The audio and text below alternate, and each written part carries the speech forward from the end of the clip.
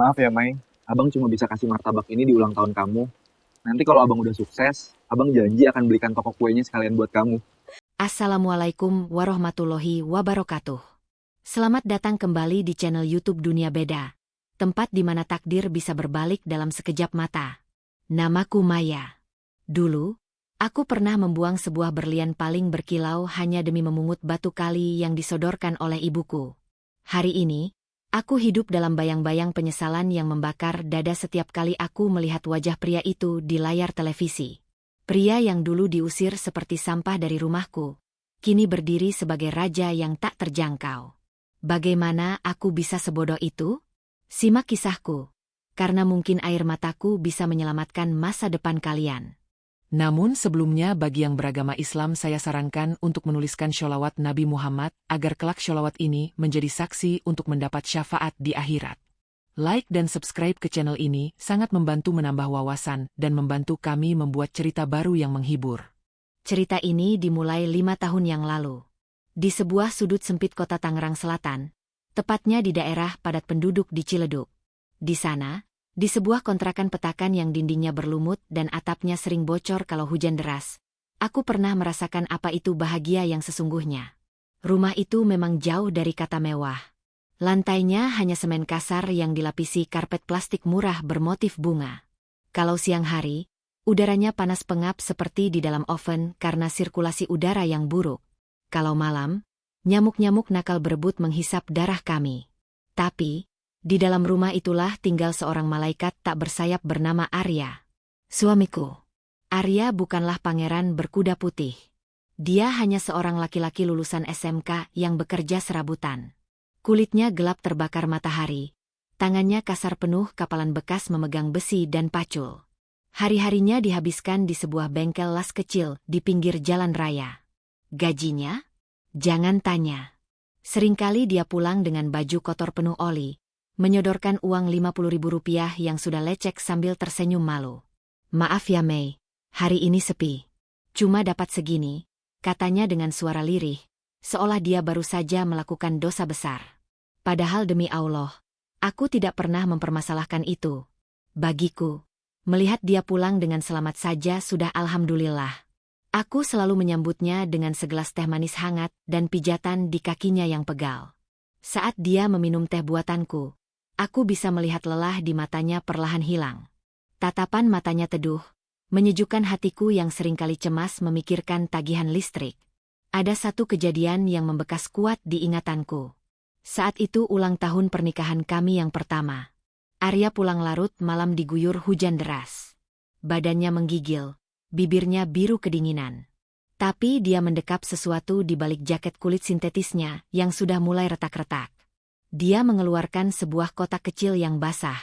Isinya bukan emas, bukan perhiasan, tapi sebuah martabak manis rasa coklat kacang kesukaanku. Abang gak punya uang buat beli kue tart, Mei. Tapi abang janji, suatu hari nanti abang akan belikan toko kuenya sekalian buat kamu, ucapnya sambil menyeka air hujan di wajahnya. Aku menangis malam itu sambil memakan martabak yang sudah agak dingin. Rasanya adalah rasa paling enak di dunia. Rasa ketulusan. Kami tertawa bersama di bawah cahaya lampu bohlam 5 watt yang redup.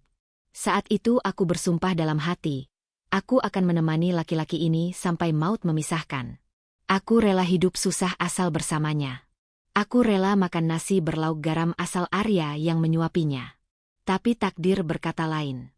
Ujian itu datang bukan dari kemiskinan, melainkan dari darah dagingku sendiri. Sosok yang seharusnya menjadi pelindung, justru menjadi penghancur kebahagiaan kami. Siang itu, handphone jadulku bergetar di atas meja. Nama ibu muncul di layar. Perasaanku langsung tidak enak. Jantungku berdegup kencang seolah ada mara bahaya yang mendekat. Sudah lama ibu tidak menelepon sejak beliau marah besar karena aku menolak lamaran anak juragan tanah di kampung demi menikah dengan Arya. Assalamualaikum, Bu, sapaku gemetar. Waalaikumsalam, suara ibu terdengar dingin dan tajam, menusuk telinga. Maya, ibu sudah sampai di stasiun Pasar Senen. Jemput ibu sekarang. Ibu mau lihat seberapa menderita hidup kamu ikut laki-laki miskin itu. Bagaikan disambar petir di siang bolong, lututku lemas. Ibu datang? Ke Jakarta? Ke kontrakan sempit ini? Aku panik setengah mati. Aku tahu betul sifat ibu. Beliau adalah wanita yang sangat memuja materi.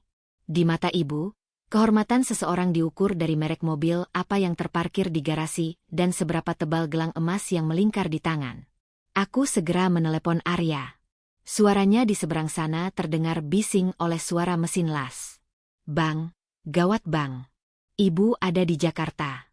Minta dijemput sekarang, kataku dengan napas memburu. Hening sejenak. Aku tahu Arya pasti juga kaget. Tapi seperti biasa, dia berusaha tenang demi menenangkanku. Ya sudah, Mei. Kamu tenang ya. Abang izin pulang cepat sekarang. Kita jemput ibu. Kita sewa mobil rental punya Pak RT sebentar biar ibu nyaman. Ya. Uang tabungan celengan ayam kita pakai dulu. Mendengar itu hatiku makin sakit. Uang di celengan ayam itu adalah tabungan kami selama setahun untuk rencana membeli motor bekas agar Arya tidak perlu naik angkot kalau ngojek. Tapi demi menghormati ibu, Arya rela membobolnya. Sore harinya, kami menjemput ibu. Di dalam mobil sewaan yang AC-nya kurang dingin itu, suasana terasa mencekam. Ibu duduk di kursi belakang dengan wajah masam. Matanya menatap keluar jendela, enggan melihat ke arah Arya yang sedang menyetir dengan hati-hati. Bu, sudah makan? Mau mampir makan dulu? Tanya Arya sopan, mencoba mencairkan suasana beku itu. Tidak usah, jawab ibu ketus tanpa menoleh. Saya bawa bekal rendang dari kampung. Takutnya kalau makan di pinggir jalan Jakarta nanti perut saya sakit. Lagi pula, uang kamu cukup buat bayarin saya makan enak? Simpan saja uangmu buat beli sabun mandi, biar badanmu nggak bau oli terus. Dek. Kata-kata itu begitu kasar. Aku melirik Arya. Dia hanya tersenyum tipis, tapi aku melihat dia mengeratkan cengkeramannya pada setir mobil. Buku-buku jarinya memutih. Maaf bu, tadi Arya sudah mandi di bengkel, jawabnya pelan. Sesampainya di kontrakan, mimpi buruk itu benar-benar dimulai. Mobil tidak bisa masuk ke gang kami yang sempit. Jadi kami harus berjalan kaki sekitar 50 meter melewati jalan setapak yang becek sisa hujan semalam. Ibu berjalan sambil mengangkat ujung rok batiknya tinggi-tinggi. Wajahnya penuh rasa jijik melihat selokan hitam di pinggir jalan. Ya Allah, Maya. Ini tempat tinggal kamu? Ini kandang ayam atau rumah manusia? Bau gotnya sampai bikin kepala ibu pusing. Keluh ibu dengan suara keras. Tidak peduli ada tetangga yang sedang duduk di teras. Aku hanya bisa menunduk malu. Masuk bu, hati-hati kepalanya. Atapnya agak rendah. Kataku membukakan pintu kayu yang catnya sudah mengelupas. Ibu masuk ke dalam ruang tamu kami yang sempit. Matanya menyapu sekeliling ruangan dengan tatapan merendahkan. Kipas angin berdebu, karpet plastik yang ujungnya sobek, dan lemari pakaian dari plastik yang pintunya sulit ditutup. Ibu duduk di kursi plastik, menghela napas panjang yang dramatis. Jadi ini hasil kamu membangkang sama ibu? Ninggalin anak juragan yang punya sawah berhektar-hektar. Cuma buat hidup di lubang tikus begini? Kamu sehat, Mei? Bu, tolong jangan mulai lagi, pintaku memelas. Maya bahagia di sini. Arya baik sama Maya. Baik? Ibu tertawa sinis. Baik tidak bisa dimakan, Maya. Cinta tidak bisa buat bayar kontrakan. Lihat kamu sekarang. Kurus, kering, kusam. Mana Maya anak ibu yang dulu cantik dan glowing? Kamu kelihatan 10 tahun lebih tua gara-gara hidup susah. Arya yang baru masuk membawa tas besar ibu, meletakkan tas itu pelan-pelan di sudut ruangan. Dia mendengar semuanya. Dia mendengar bagaimana ibu menghina hasil keringatnya. Tapi dia diam. Dia berjalan ke dapur untuk mengambilkan minum. Malam itu adalah malam terpanjang dalam hidupku. Saat makan malam, aku menyajikan menu terbaik yang bisa kami beli hari itu. Sayur sop ayam dan tempe goreng. Ibu memandang makanan itu seolah-olah itu adalah makanan basi. Cuma ini?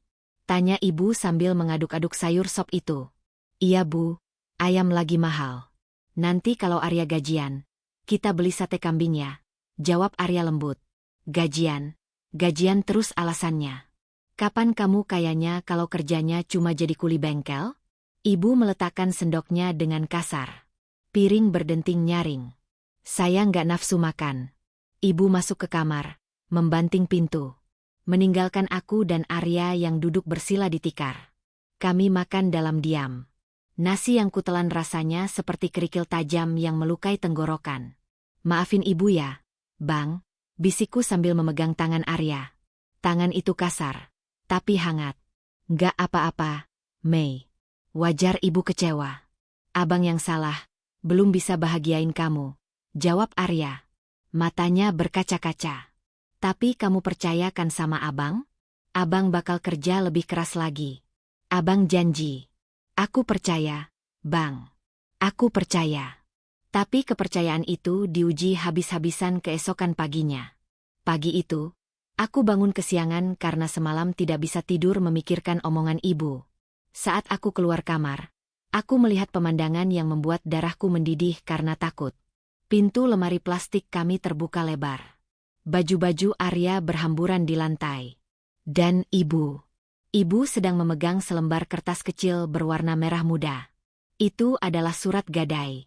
Ibu berdiri dengan wajah merah padam, dadanya naik turun menahan amarah yang meledak-ledak. Arya berdiri di depannya, menunduk dalam, persis seperti pesakitan yang sedang diadili. Jadi selama ini kamu membohongi anak saya. Teriak ibu. Suaranya menggelegar memenuhi ruangan sempit itu. Aku berlari mendekat. Ada apa ini, Bu? Kenapa teriak-teriak? Ibu melempar kertas merah muda itu ke wajah Arya. Kertas itu melayang jatuh ke lantai. Lihat kelakuan suamimu ini, Maya. Ibu nemu surat ini di saku celananya saat mau mencuci. Dia menggadaikan cincin kawin kalian. Cincin suci pernikahan kalian dia jual. Aku ternganga. Cincin kawin? Pantas saja jari manis Arya kosong beberapa hari ini. Dia bilang cincinnya sedang diperbaiki karena penyok. Bang? Benar itu? Tanyaku lirih. Air mataku mulai menggenang. Arya mengangkat wajahnya perlahan. Matanya merah. Mei, dengerin abang dulu. Abang terpaksa. Bapak di kampung sakit keras minggu lalu. Butuh biaya rumah sakit. Abang gak tega minta uang belanja kamu.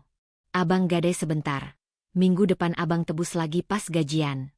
Demi Allah Mei, abang gak ada niat jahat. Alasan? Bentak ibu. Laki-laki macam apa yang berani jual cincin kawin demi orang tuanya sendiri tanpa izin istri? Itu namanya pencuri. Maling di rumah sendiri. Cukup Bu. Arya tiba-tiba bersuara keras. Ini pertama kalinya aku mendengar dia membentak. Saya bukan maling. Itu cincin saya juga. Saya berhak menyelamatkan nyawa bapak saya. Pelak. Sebuah tamparan keras mendarat mulus di pipi kiri Arya. Ibu menamparnya dengan sekuat tenaga. Suaranya begitu nyaring, menyakitkan. Kepala Arya tertoleh ke samping saking kerasnya tamparan itu. Hening. Suasana seketika mati. Hanya ada suara napas ibu yang memburu. Berani kamu tinggikan suara di depan saya? Desis ibu. Dasar laki-laki tidak tahu diuntung. Sudah miskin, numpang hidup, berani melawan mertua. Ibu kemudian memegang dadanya. Wajahnya meringis kesakitan. Aduh, dada ibu sakit, ya Allah. Jantung ibu. Bu. Ibu kenapa? Aku panik. Langsung memegang tubuh ibu yang sempoyongan. Ibu menatapku dengan mata yang seolah-olah sudah melihat malaikat maut. Maya. Ibu tidak kuat lagi.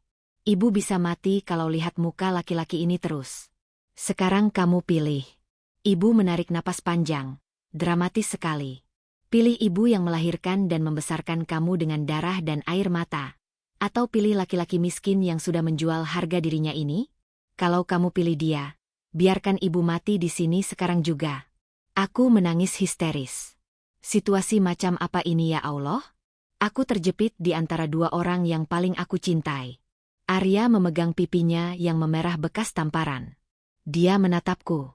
Tatapan itu penuh luka, penuh kepedihan yang tak terkatakan.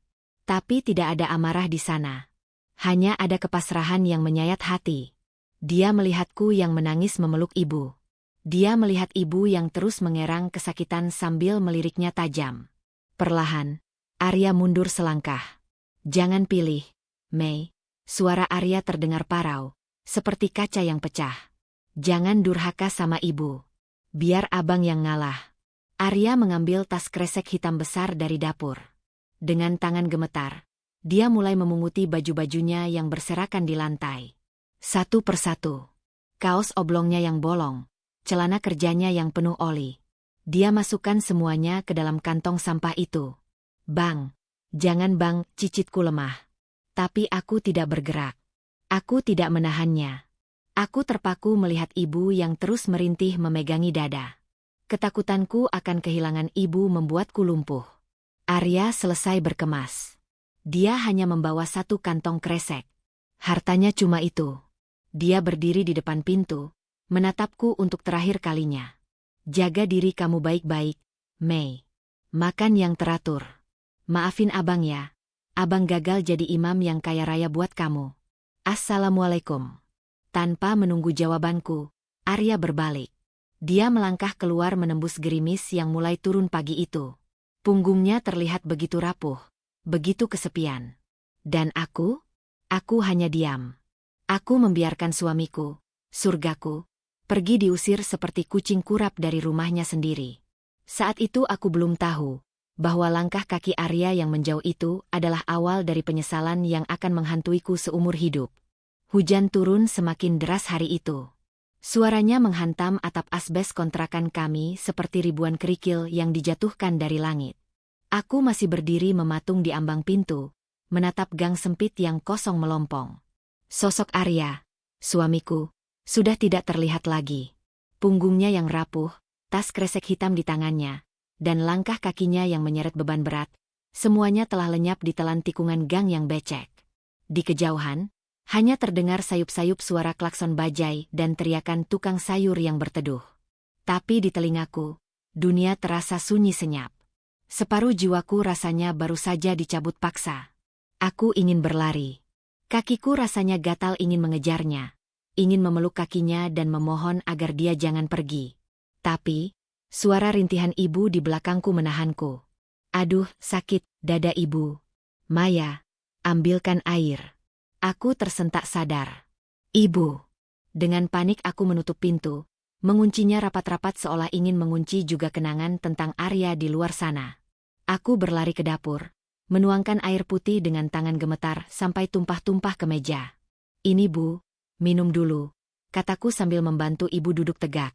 Ibu meminum air itu dengan rakus. Satu gelas habis dalam hitungan detik.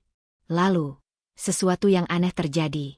Napas ibu yang tadinya tersengal-sengal seperti orang mau mati, tiba-tiba menjadi teratur. Wajahnya yang tadi pucat dan meringis kesakitan, perlahan kembali normal. Dia mengusap bibirnya dengan punggung tangan, lalu menarik napas panjang yang sangat lega.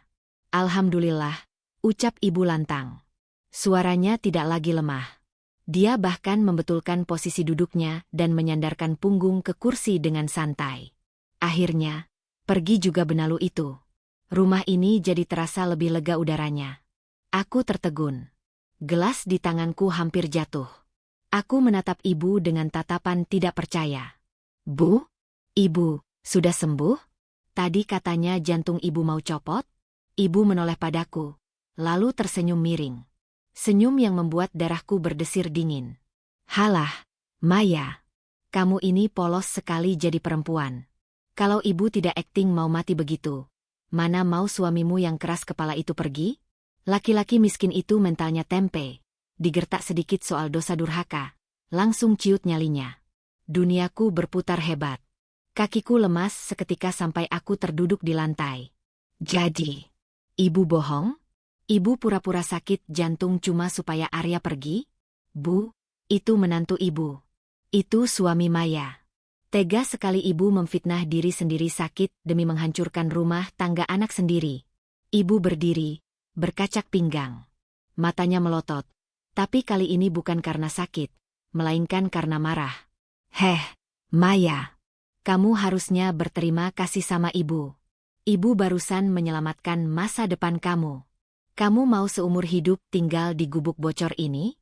Makan ikan asin tiap hari? Ibu melakukan ini karena ibu sayang sama kamu. Nanti kamu akan sadar kalau cinta itu omong kosong kalau perutmu lapar.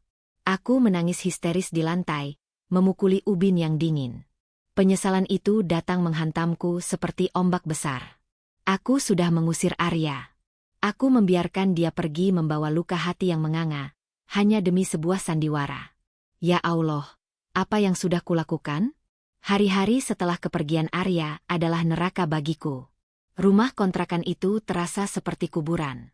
Tidak ada lagi suara motor bututnya di sore hari. Tidak ada lagi aroma keringat campur olinya yang khas. Tidak ada lagi tangan kasar yang memijat kakiku saat aku lelah. Yang ada hanya omelan ibu yang setiap hari membahas soal calon suami baru.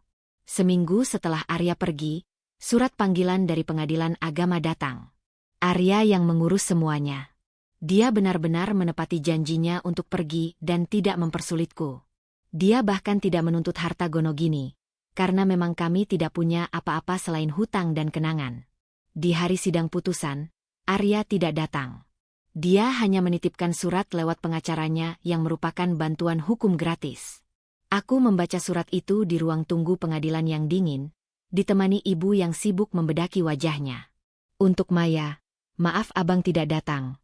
Abang tidak kuat melihat wajah kamu. Kalau abang lihat kamu, abang takut abang akan nekat membatalkan semuanya dan membawamu lari. Berbaktilah pada ibumu. Semoga kamu dapat suami yang bisa membelikanmu istana, bukan gubuk seperti abang. Jaga kesehatannya.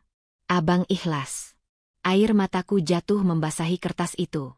Tinta pulpennya melebar, mengaburkan tulisan tangan Arya yang jelek tapi tulus. Palu hakim diketuk 3 kali. Tok, tok, tok. Suara itu adalah suara paling menyakitkan yang pernah kudengar. Resmi sudah. Aku janda. Dan Arya, duda. Setelah masa idah selesai, ibu langsung melancarkan rencananya. Dia mengenalkanku pada Pak Haji Mansur, juragan tanah yang katanya duda kaya raya dari Bekasi. Ibu bilang dia punya sawah berhektar-hektar dan kontrakan 50 pintu. Lihat ini Maya, orangnya gagah, saleh, kaya. Jauh beda sama si tukang bengkel itu, kata ibu berapi-api sambil menunjukkan foto seorang pria parubaya yang perutnya buncit. Aku menolak. Aku mogok makan berhari-hari. Tapi ibu kembali menggunakan senjata andalannya. Dia menangis, mogok bicara, dan mengancam akan bunuh diri minum racun tikus kalau aku tidak mau menemui Pak Haji Mansur. Karena lelah mental dan fisik, aku akhirnya menurut. Kami bertemu di sebuah restoran Padang di daerah Kebayoran Lama. Pak Haji Mansur datang dengan mobil kijang tua yang knalpotnya berisik. Penampilannya memang mentereng. Jari-jarinya penuh cincin batu akik besar-besar. Ibu langsung sumringah, matanya berbinar melihat cincin-cincin itu. Tapi, firasatku berkata lain. Benar saja, baru 10 menit kami mengobrol, datanglah seorang wanita gemuk dengan daster yang masih dipakai, menerobos masuk ke restoran sambil berteriak-teriak. Oh, di sini rupanya si tua bangka. Ngakunya mau rapat bisnis, ternyata mau kawin lagi. Wanita itu menjambak rambut Pak Haji Mansur, memukulinya dengan tas belanja. Ternyata itu istri sahnya. Pak Haji Mansur bukan duda. Dia penipu yang suka mengaku duda untuk mencari istri muda. Keributan pecah. Orang-orang menonton kami. Ibu yang tadinya bangga, kini mukanya merah pada menahan malu. Kami diusir dari restoran itu karena dianggap membuat onar. Di dalam angkot perjalanan pulang, ibu diam 1000 bahasa. Aku menatap keluar jendela, melihat jalanan Jakarta yang macet dan semrawut. Sudah puas, Bu? Tanyaku dingin. Itu pilihan ibu? Penipu? Ibu tidak menjawab, tapi aku tahu dia tidak akan menyerah. Dan benar saja, penderitaanku belum berakhir. 3 tahun berlalu dengan sangat lambat. 3 tahun kemudian, nasib kami tidak berubah menjadi lebih baik seperti janji ibu. Justru semakin terpuruk. Setelah kejadian Pak Haji Mansur, ibu sakit-sakitan. Kali ini sakit beneran karena stres dan malu jadi bahan gunjingan tetangga di Ciledug. Akhirnya kami pindah kontrakan ke daerah pinggiran Depok, tempat yang lebih murah dan jauh dari orang-orang yang mengenal kami. Aku bekerja sebagai kasir di sebuah minimarket waralaba. Gaji UMR, pas-pasan untuk bayar kontrakan, listrik, dan obat ibu. Setiap hari aku berangkat subuh, pulang malam, dengan kaki bengkak karena berdiri seharian. Wajahku yang dulu dibilang ibu kusam karena hidup dengan Arya, sekarang justru makin layu. Kantung mataku hitam, tulang pipiku menonjol. Tidak ada kebahagiaan di wajahku. Malam itu, sepulang kerja, aku membawa nasi bungkus untuk ibu. Ibu sedang duduk di depan televisi tabung tua kami, menonton berita infotainment. "Bu, makan dulu," kataku meletakkan nasi bungkus di meja. "Tunggu sebentar, Mei. Lihat ini. Berita orang kaya," seru ibu antusias. Matanya tidak lepas dari layar kaca. Aku menoleh sekilas. Di layar TV, terlihat liputan sebuah acara megah. Lampu-lampu kristal, karpet merah, dan orang-orang berjas rapi. Headline beritanya tertulis, Grand Launching Menara Imperium, ikon baru Jakarta Selatan. Itu loh Mei, gedung pencakar langit baru yang ada di kawasan SCBD Sudirman. Katanya pemiliknya anak muda, sukses, dan dermawan. Besok hari Minggu ada acara pesta rakyat di halamannya. Ada pembagian sembako gratis dan makan prasmanan sepuasnya untuk warga kurang mampu. "Kita ke sana yuk," ajak ibu semangat. Aku menghela napas lelah. "Bu, itu jauh. Di Jakarta Selatan. Kita di Depok. Ongkos ke sana mahal. Lagi pula Maya capek. Besok libur Maya mau tidur." "Ah, kamu ini pemalas," bentak ibu. "Kapan lagi kita bisa makan enak gratis?" Katanya cateringnya dari hotel bintang 5 loh. Rendang, sate, es krim, semuanya ada. Ibu bosan makan tahu tempe terus. Lagi pula lumayan kalau dapat sembako, bisa hemat beras seminggu. Ibu memelas, memasang wajah sedih yang dulu pernah dia gunakan untuk mengusir Arya. "Sekali ini saja Mei. Turuti keinginan orang tua. Siapa tahu di sana kamu ketemu jodoh orang kaya beneran." Aku tidak tega.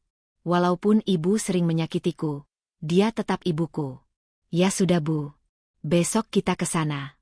Tapi naik kereta ya. Turun di stasiun Sudirman, terus jalan kaki." Maya nggak punya uang buat naik taksi. Ibu tersenyum lebar. Iya, yang penting sampai. Kamu pakai baju yang bagusan dikit ya. Jangan pakai kaos belal itu. Pakai gamis kamu yang warna biru, biar kelihatan anggun." Keesokan harinya, hari Minggu yang cerah di Jakarta. Kawasan SCBD Sudirman sudah dipadati ribuan manusia. Gedung Menara Imperium itu menjulang tinggi ke langit. Kacanya berkilauan ditimpa matahari. Megah sekali. Di halaman depannya yang luas, tenda-tenda putih raksasa berdiri. Aroma masakan lezat tercium sampai ke jalan raya, membuat perutku yang belum sarapan berbunyi nyaring. Kami mengantre panjang bersama ratusan orang lainnya. Berdesak-desakan, bau keringat, panas. Ibu tidak mengeluh sedikit pun, matanya berbinar melihat tumpukan bingkisan sembako di panggung utama. "Mei, lihat itu mobilnya bagus-bagus banget ya," bisik ibu sambil menunjuk deretan mobil mewah yang parkir di area VIP. Ada Ferrari, Lamborghini, Rolls-Royce. Ada orang turun pakai jas mengkilap, wanginya sampai tercium ke sini. "Coba kalau dulu kamu nikah sama orang kayak gitu, pasti ibu sekarang duduk di dalam sana. Bukan antre panas-panasan sama tukang ojek begini," gerutu ibu lagi. Mulutnya tidak pernah berhenti membandingkan. Aku hanya diam, menyeka keringat di dahi dengan tisu. Hatiku perih. Di tengah keramaian ini, aku merasa sangat sepi. Tiba-tiba aku teringat Arya. Apa kabar dia sekarang? Apakah dia sudah menikah lagi? Apakah dia makan enak hari ini? Atau masih makan nasi bungkus di pinggir jalan? Perhatian hadirin sekalian. Suara MC terdengar menggelegar dari pengeras suara, memecah lamunanku. "Selamat datang di peresmian Menara Imperium. Sebentar lagi, kita akan menyambut sosok hebat di balik berdirinya gedung megah ini. Seorang putra bangsa yang merintis segalanya dari nol. Dari seorang kuli bangunan, menjadi raja properti Indonesia." Tepuk tangan membahana.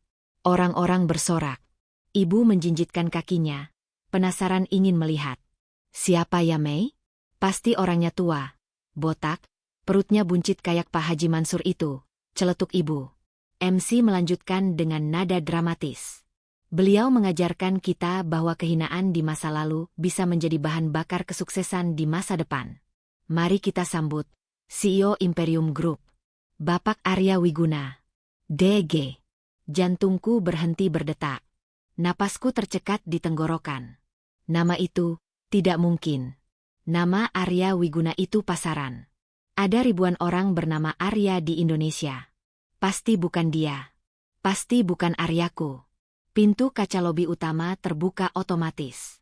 Asap dry ice menyembur keluar sebagai efek dramatis. Dari balik kabut putih itu, melangkah keluar seorang pria. Dia mengenakan setelan jas hitam slim fit yang membalut tubuh tegapnya dengan sempurna. Sepatunya mengkilap.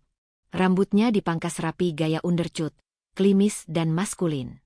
Wajahnya bersih, bersinar, penuh wibawa. Tidak ada lagi kulit kusam terbakar matahari. Tidak ada lagi bahu yang membungkuk karena beban.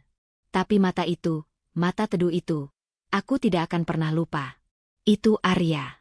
Itu suamiku.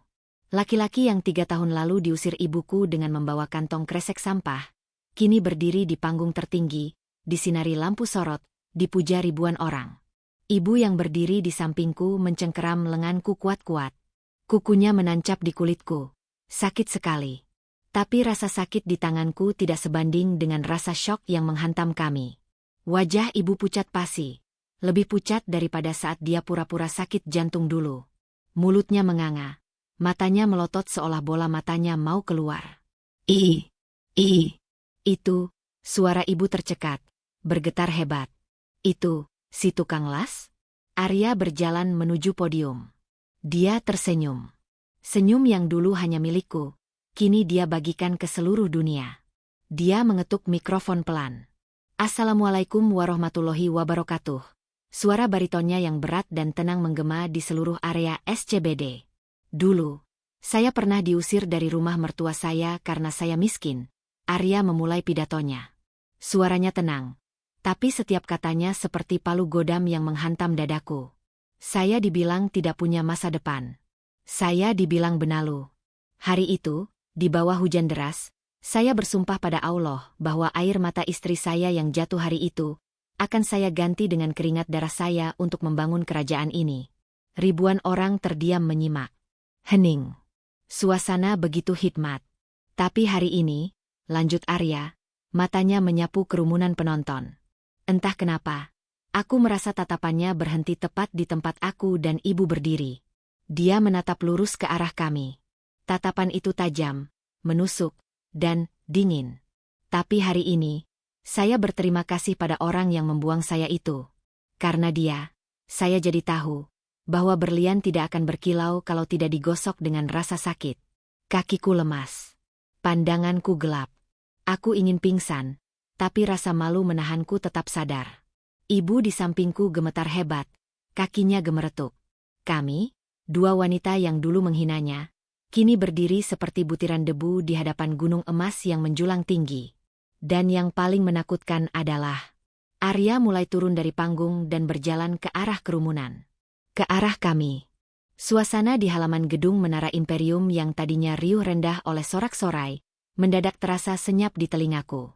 Waktu seolah melambat. Aku melihat Arya turun dari panggung dengan langkah tegap. Setiap langkah kakinya di atas karpet merah itu seakan menginjak-injak sisa harga diriku yang sudah remuk. Beberapa pengawal bertubuh kekar dengan jas hitam dan earphone di telinga, sigap membuka jalan. Kerumunan orang yang tadinya berdesak-desakan, otomatis membelah diri seperti laut merah yang terbelah tongkat Nabi Musa. Mereka minggir dengan segan, memberi hormat pada sang pemilik tahta. Dan arah langkah Arya, lurus menuju ke tempat kami berdiri. Mei, dia kesini Mei, bisik ibu. Suaranya terdengar antara takut dan berharap. Ya Allah, aku tidak salah dengar. Ada nada harapan di suara ibu. Tangan ibu sibuk merapikan jilbabnya yang miring dan menepuk-nepuk bajunya yang kusut. Apa yang ibu pikirkan? Apa ibu berpikir Arya akan datang untuk sungkem dan meminta restu lagi setelah diusir seperti anjing kurap 3 tahun lalu? Aku ingin lari.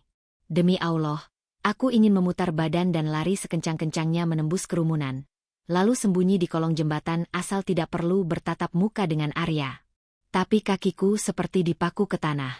Lututku gemetar begitu hebat sampai rasanya tulangku sudah jadi jeli. Semakin dekat Arya, semakin jelas perubahannya.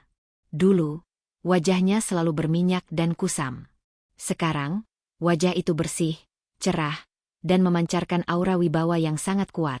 Dulu, bajunya bau apek campuran keringat dan oli. Sekarang, saat dia berdiri hanya berjarak 2 meter di depanku, aroma parfum mahal yang maskulin, campuran kayu cendana dan rempah segar, langsung menusuk hidungku, menenggelamkan bau keringat ribuan orang di sekitar kami. Arya berhenti tepat di depan pagar pembatas besi. Dia tidak melihat ke arah wartawan yang berebut memotretnya. Dia tidak melihat ke arah pejabat yang menyalaminya. Dia menatap kami. Aku dan ibu. 2 wanita kumuh di antara lautan manusia. Bapak Arya, silakan lewat sini Pak. Mobil sudah siap, ucap seorang pengawal mencoba mengarahkan.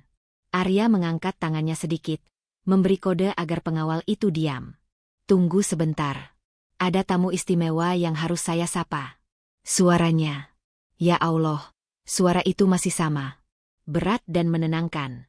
Tapi kali ini, tidak ada kehangatan di dalamnya. Arya maju selangkah lagi, mendekat ke pagar pembatas. Dia menatap ibu yang berdiri dengan mulut ternganga. Apa kabar, Bu Ratna? Tanya Arya. Sopan. Sangat sopan. Dia bahkan sedikit membungkukkan badannya. Gestur hormat yang sama seperti dulu saat dia masih jadi menantu miskin. Ibu tergagap. Wajahnya pucat pasi perlahan berubah menjadi merah padam. Bibirnya bergetar, mencoba menyusun kata.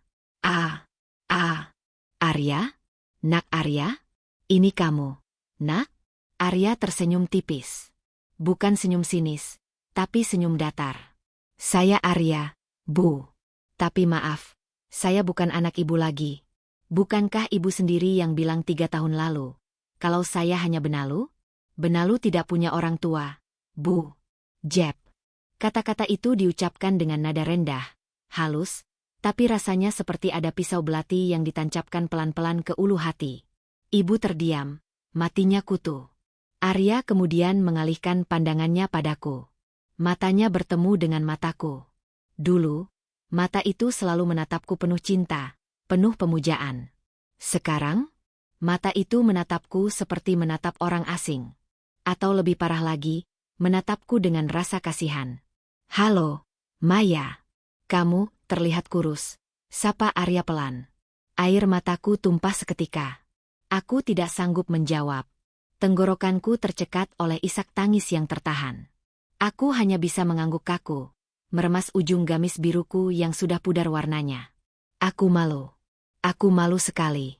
Di hadapannya yang kini bersinar seperti matahari, aku hanyalah lilin kecil yang hampir mati apinya. Nak Arya, suara ibu tiba-tiba terdengar memelas. Nada suaranya berubah drastis menjadi manis, dibuat-buat yang membuat perutku mual. Alhamdulillah kamu sukses sekarang. Nak, ibu. Ibu bangga sekali. Dulu itu ibu cuma mengetes mental kamu.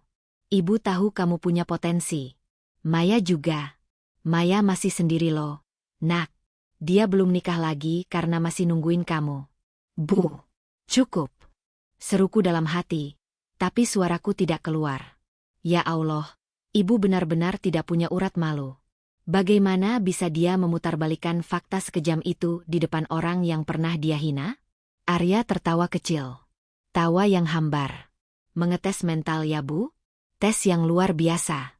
Sampai-sampai saya harus tidur di emperan toko selama seminggu setelah diusir. Dan makan sisa roti basi karena tidak punya uang sepeser pun. Terima kasih tesnya, Bu. Berkat itu saya jadi tahan banting. Ibu langsung kicep. Wajahnya pias. Tiba-tiba, dari arah belakang Arya, muncul seorang wanita. Mas, kok lama? Para investor sudah menunggu di VIP Lounge. Suara wanita itu lembut, merdu, dan berkelas. Wanita itu melingkarkan tangannya di lengan Arya dengan mesra. Saat dia muncul, aku merasa duniaku benar-benar kiamat. Wanita itu cantik sekali. Bukan cantik menor dengan bedak tebal, tapi cantik yang elegan. Kulitnya putih bersih terawat, wajahnya memancarkan kecerdasan. Dia mengenakan pakaian tertutup yang modis, blazer warna pastel yang harganya pasti lebih mahal dari biaya hidupku setahun. Di jarinya, melingkar cincin berlian yang berkilauan ditimpa cahaya matahari. Arya menoleh pada wanita itu, dan tatapannya langsung berubah. Tatapan dingin yang tadi dia berikan padaku, lenyap seketika. Berganti dengan tatapan penuh cinta, penuh kelembutan, tatapan yang dulu hanya milikku. Sebentar sayang. Kenalkan, kata Arya sambil menunjuk kami dengan dagunya. Ini Bu Ratna, dan ini Maya. Orang-orang dari masa laluku yang pernah aku ceritakan. Wanita itu menatap kami. Tidak ada rasa jijik di matanya. Tidak ada kesombongan. Dia justru tersenyum ramah, lalu menganggukkan kepalanya sopan. Oh, ini Ibu Ratna dan Mbak Maya. Assalamualaikum, Bu, Mbak. Saya Zahra, istri Arya. Istri. Satu kata itu meledak di kepalaku seperti bom atom. Istri. Arya sudah menikah lagi. Dan istrinya jauh lebih sempurna dariku. Dia cantik, kaya, dan terlihat sangat terpelajar. Dibandingkan dengan aku yang hanya kasir minimarket dengan wajah kusam dan baju lusuh, perbedaannya bagaikan langit ketujuh dan dasar sumur. Ibu melongo. Harapannya untuk kembali memungut Arya sebagai menantu kaya raya, hancur berkeping-keping di detik itu juga. Waalaikumsalam, jawab ibu terbata-bata. Zahra menatapku lekat. Ada sorot simpati di matanya. Simpati yang tulus, yang justru membuatku makin merasa hina. Orang kaya yang sombong masih bisa aku lawan dengan kemarahan. Tapi orang kaya yang baik hati seperti ini, aku merasa seperti butiran debu yang tidak berharga. Mas Arya sering cerita soal Mbak Maya, kata Zahra lembut. Katanya Mbak Maya wanita yang sabar. Semoga Mbak Maya segera mendapatkan kebahagiaannya. Kata-kata itu baik, tapi rasanya perih sekali. Arya menceritakanku pada istrinya. Apa yang dia ceritakan? Bahwa aku adalah istri bodoh yang lebih memilih ibunya daripada suaminya? Bahwa aku adalah wanita lemah yang tidak punya pendirian? Arya menepuk punggung tangan Zahra pelan. Sayang, kamu masuk duluan ya. Temui Pak Gubernur. Mas mau bicara sebentar dengan mereka. Ada urusan lama yang belum selesai. Zahra mengangguk patuh. Baik, Mas. Jangan lama-lama ya. Assalamualaikum. Wanita anggun itu berlalu, meninggalkan wangi bunga melati yang segar. Meninggalkan aku yang merasa semakin kecil, semakin kerdil. Setelah Zahra pergi, Arya kembali menatap kami. Wajahnya kembali serius. Bu Ratna, Maya, ucap Arya tegas. Kedatangan saya ke sini bukan cuma untuk pamer. Ada sesuatu yang ingin saya berikan. Sesuatu yang tertinggal di masa lalu. Mata ibu langsung berbinar lagi. Sifat materialistisnya kembali muncul mengalahkan rasa malunya. Apa itu nak Arya? Uang? Atau, kamu mau kasih kami modal usaha? Kami memang lagi susah banget nak. Kontrakan nunggak. Ibu sakit-sakitan. Arya mengangkat tangan, menghentikan racauan ibu.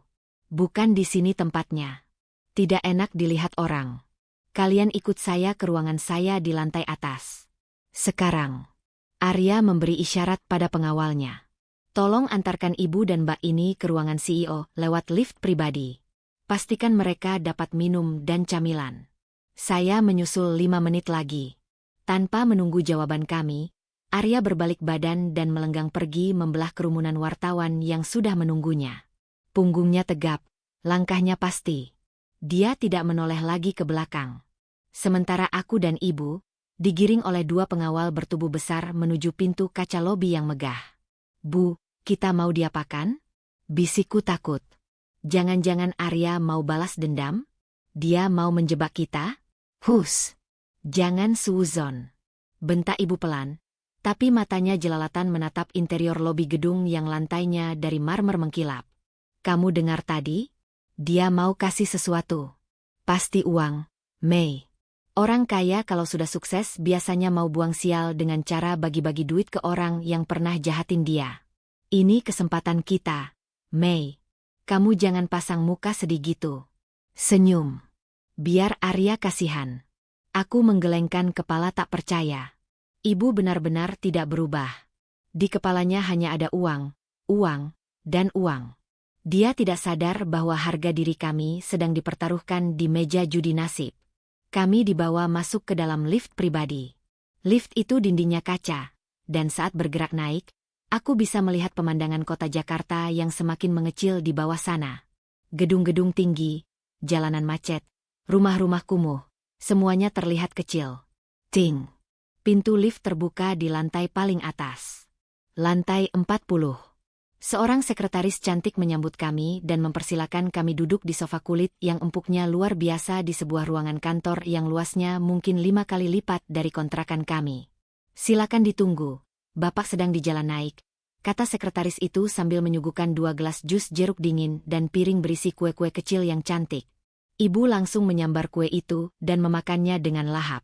Makan Mei, mumpung gratis. Ini kue orang kaya. Rasanya beda.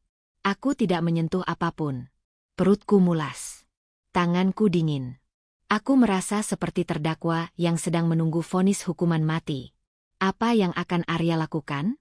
Apa dia akan memaki-maki kami di ruangan tertutup ini?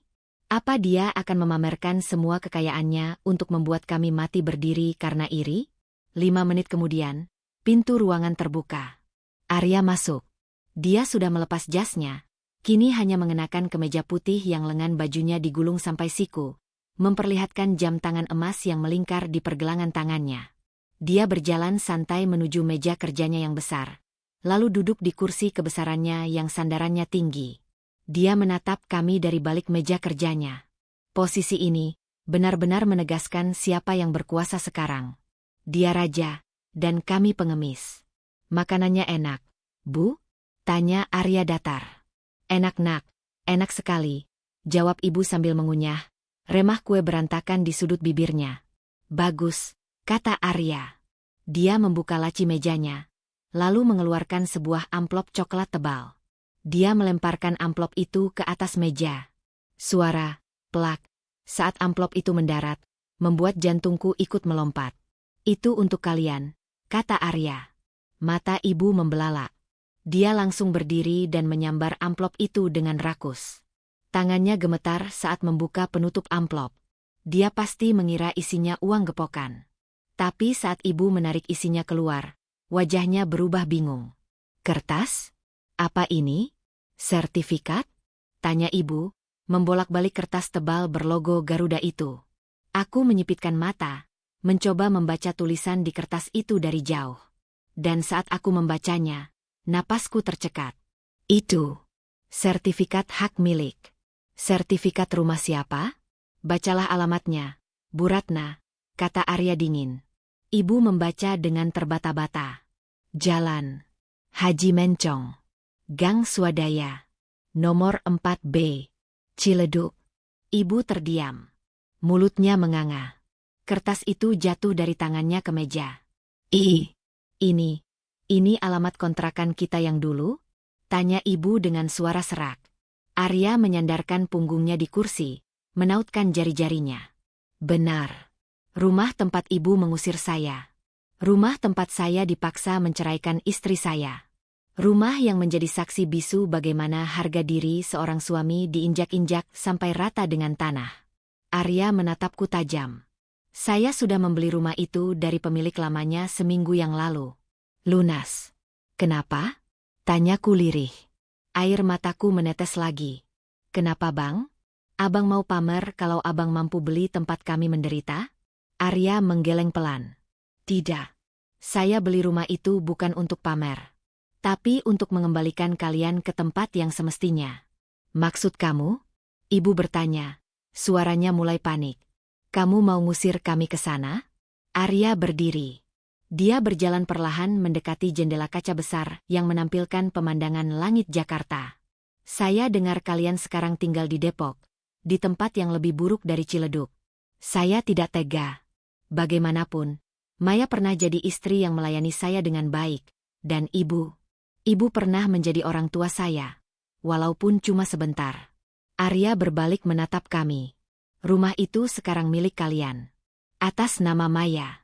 Silakan tinggali. Tidak perlu bayar sewa seumur hidup. Sertifikatnya sudah saya balik nama. Anggap saja itu hadiah perpisahan, atau mungkin sedekah dari mantan kuli bangunan yang dulu ibu ludahi. Sedekah. Satu kata itu meluncur dari mulut Arya dengan nada datar, tanpa emosi, tapi efeknya bagaikan bom atom yang meledakkan sisa-sisa pertahananku. Ruangan ber-AC dingin itu mendadak terasa sesak, seolah oksigen ditarik paksa keluar. Aku menatap Arya, laki-laki yang dulu pernah rela hujan-hujanan demi membelikanku martabak, kini menatapku seperti seorang raja yang sedang melemparkan recehan ke pengemis di pinggir jalan. "Sedekah?" kataku dengan suara bergetar. Air mataku menetes, jatuh membasahi karpet mahal di bawah kakiku. "Jadi di mata abang, kami ini pengemis?" Arya tidak menjawab. Dia hanya menatapku lurus, matanya sedingin es. Sementara di sampingku, ibu justru bereaksi sebaliknya. Bukannya tersinggung, wajah ibu malah berbinar cerah, secerah lampu kristal yang menggantung di langit-langit ruangan. Tangan keriputnya dengan cepat menyambar sertifikat rumah itu dari atas meja, lalu memeluknya erat di dada, seolah takut kertas itu akan terbang dan menghilang. "Alhamdulillah," seru ibu lantang. Matanya berkaca-kaca, tapi bukan karena haru, melainkan karena keserakahan yang terpuaskan. "Terima kasih Nak Arya. Ya Allah, ibu tahu kamu itu memang anak baik. Kamu tidak pendendam. Ini baru namanya laki-laki sukses, tidak melupakan mantan mertua." Ibu menciumi kertas sertifikat itu berkali-kali. Suara kecupan bibirnya pada kertas itu terdengar menjijikkan di telingaku. "Bu, hentikan!" bentakku putus asa. "Ibu nggak punya malu? Dia baru saja menghina kita. Bu, dia bilang ini sedekah. Sedekah buat orang yang sudah meludahi dia." Ibu nggak dengar. Ibu menoleh padaku dengan tatapan tajam. "Halah, Maya, buang gengsimu itu. Gengsi nggak bisa buat berteduh. Kamu mau kita terus-terusan diusir dari kontrakan di Depok karena nunggak bayar? Arya sudah kasih rumah ini gratis." "Gratis, Mei. Ini rezeki."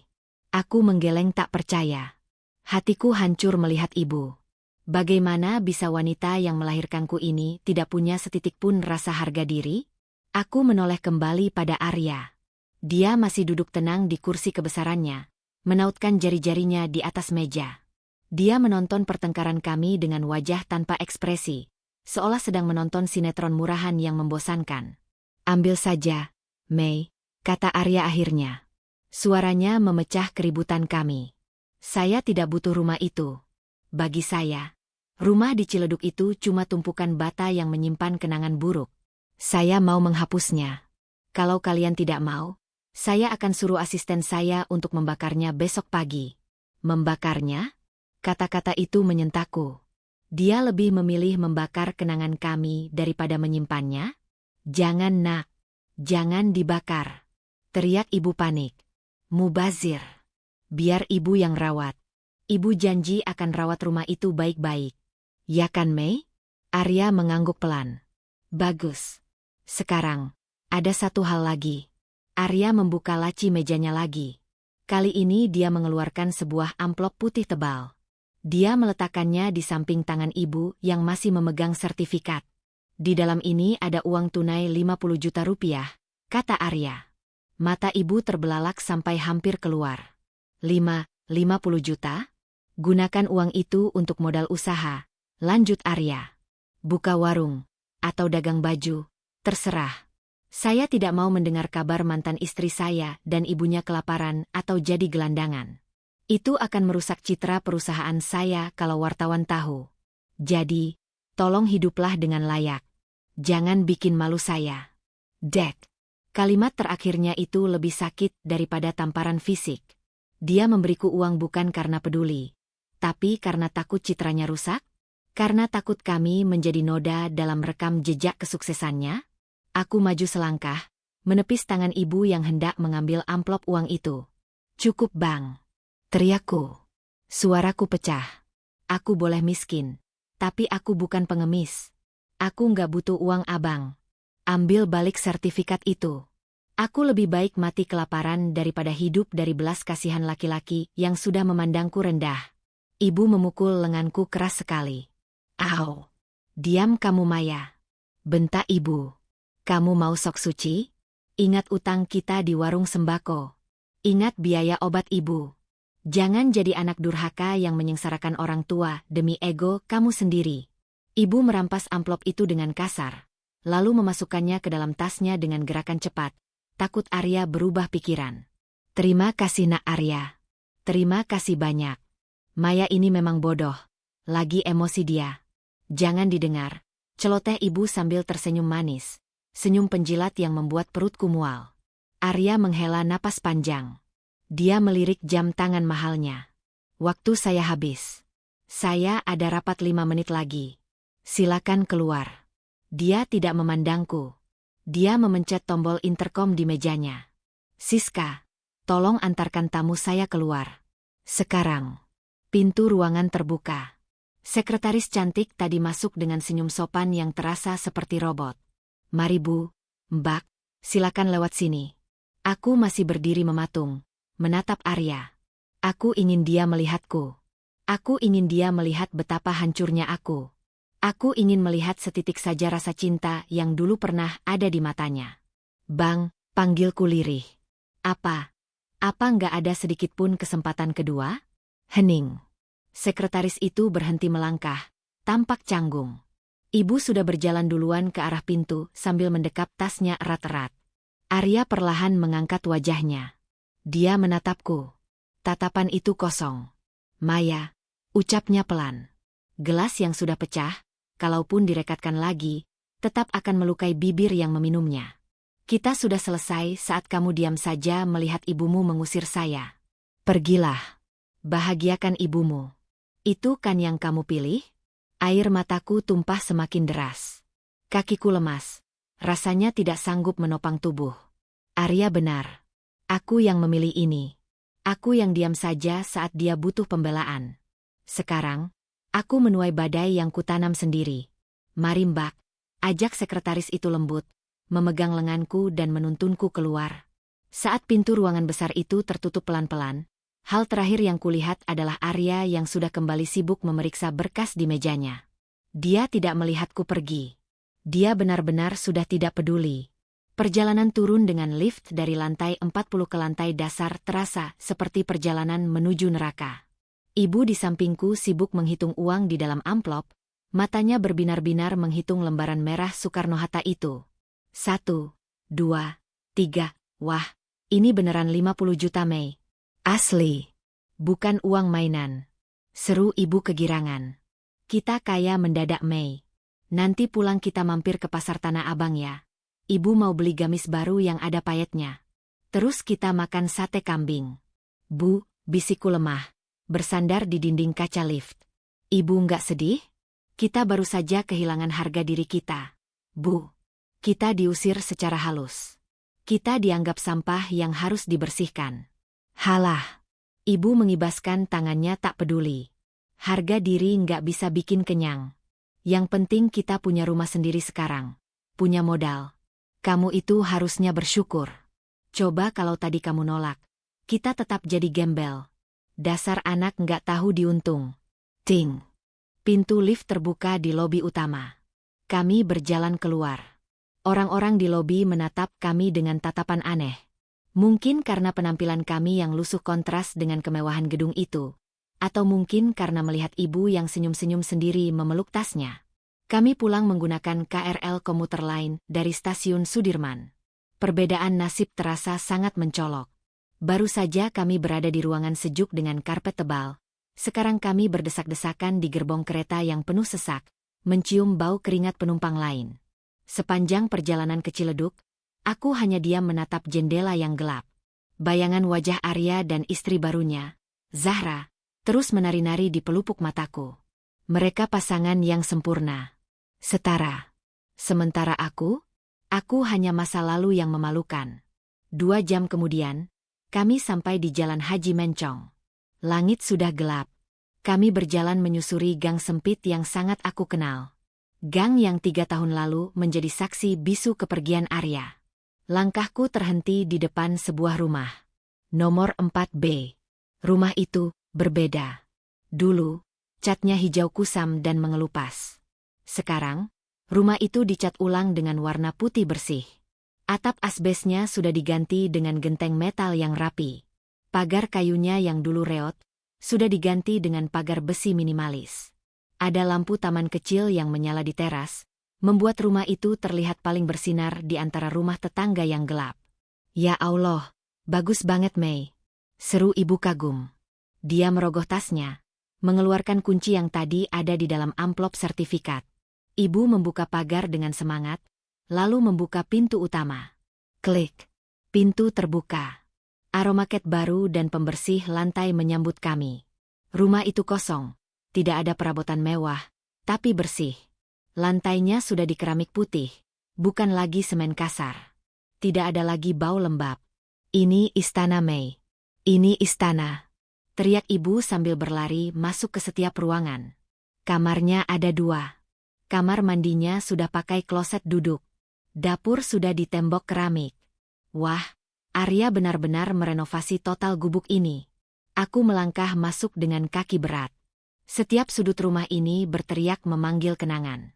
Di pojok ruang tamu itu, dulu Arya sering duduk sambil mengelap keringat setelah pulang kerja. Di dapur itu, dulu aku sering memasak air untuk mandi Arya. Aku berjalan menuju kamar utama.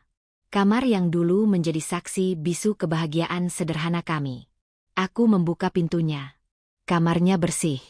Kosong. Hanya ada satu benda yang tertinggal di sana. Di dinding sebelah kiri, dekat jendela. Aku mendekat. Jantungku berdegup kencang. Di dinding itu, masih ada coretan spidol hitam permanen. Coretan tulisan tangan Arya yang jelek. Target tabungan Arya Pemaya. 1. Beli motor bekas. Tercapai. 2. Beli kulkas. Belum. 3. Beli rumah sendiri. Suatu hari nanti. Pasti bisa. Di bawah tulisan itu, ada tanggal yang ditulis 3 tahun lalu. Tepat sehari sebelum dia diusir. Aku meraba tulisan itu. Spidolnya sudah mulai pudar. Tapi tekad di tulisan itu masih terasa kuat. Suatu hari nanti. Pasti bisa. Dan dia membuktikannya. Dia membeli rumah ini. Tapi bukan untuk ditinggali bersamaku. Dia membelinya untuk dilemparkan ke wajahku sebagai bukti bahwa dia bisa melakukannya tanpaku. Aku merosot duduk di lantai dingin itu. Tangisku pecah lagi. Kali ini bukan tangisan sedih, tapi tangisan penyesalan yang meraung-raung. Rasa sakitnya menusuk sampai ke tulang sumsum. Ibu masuk ke kamar, kaget melihatku menangis meraung-raung di lantai. Kenapa lagi kamu? Kesurupan?" tanya ibu ketus. "Bu," dia menepati janjinya, "Bu, Isaku. Dia beli rumah ini, Bu. Tapi kita sudah kehilangan dia selamanya." Ibu mendengus kesal. "Sudah sih, lupakan. Laki-laki banyak. Dengan uang 50 juta ini, kamu bisa perawatan ke salon, beli baju bagus, nanti kita cari lagi yang lebih kaya dari Arya. Yang penting sekarang kita punya rumah. Tidur sana. Besok kita belanja." Ibu melenggang pergi, menutup pintu kamar, meninggalkanku sendirian dalam kegelapan. Malam itu, aku tidur meringkuk di lantai keramik yang dingin tanpa alas. Aku tidak bisa memejamkan mata. Setiap kali aku menutup mata, aku melihat senyum Arya pada Zahra. Senyum yang dulu hanya milikku. Hingga tengah malam, saat suasana sunyi senyap, tiba-tiba aku mendengar suara dari luar rumah. Suara mobil berhenti di depan pagar. Siapa yang datang tengah malam begini? Apakah Arya berubah pikiran? Apakah dia datang untuk menjemputku? Harapan bodoh itu muncul lagi. Aku buru-buru bangun, mengintip dari balik tirai jendela kamar. Sebuah mobil hitam mewah berhenti di depan pagar rumah kami. Mesinnya masih menyala. Kaca jendelanya gelap, jadi aku tidak bisa melihat siapa di dalamnya. Apakah itu Arya? Pintu mobil terbuka. Seorang pria turun. Bukan Arya. Itu seorang pria berjaket kulit hitam, memakai topi. Dia celingukan sebentar, lalu menempelkan sesuatu di pagar besi rumah kami. Setelah itu, dia memotret rumah kami dengan HP-nya, lalu masuk kembali ke mobil dan tancap gas pergi meninggalkan debu. Perasaanku tidak enak. Sangat tidak enak.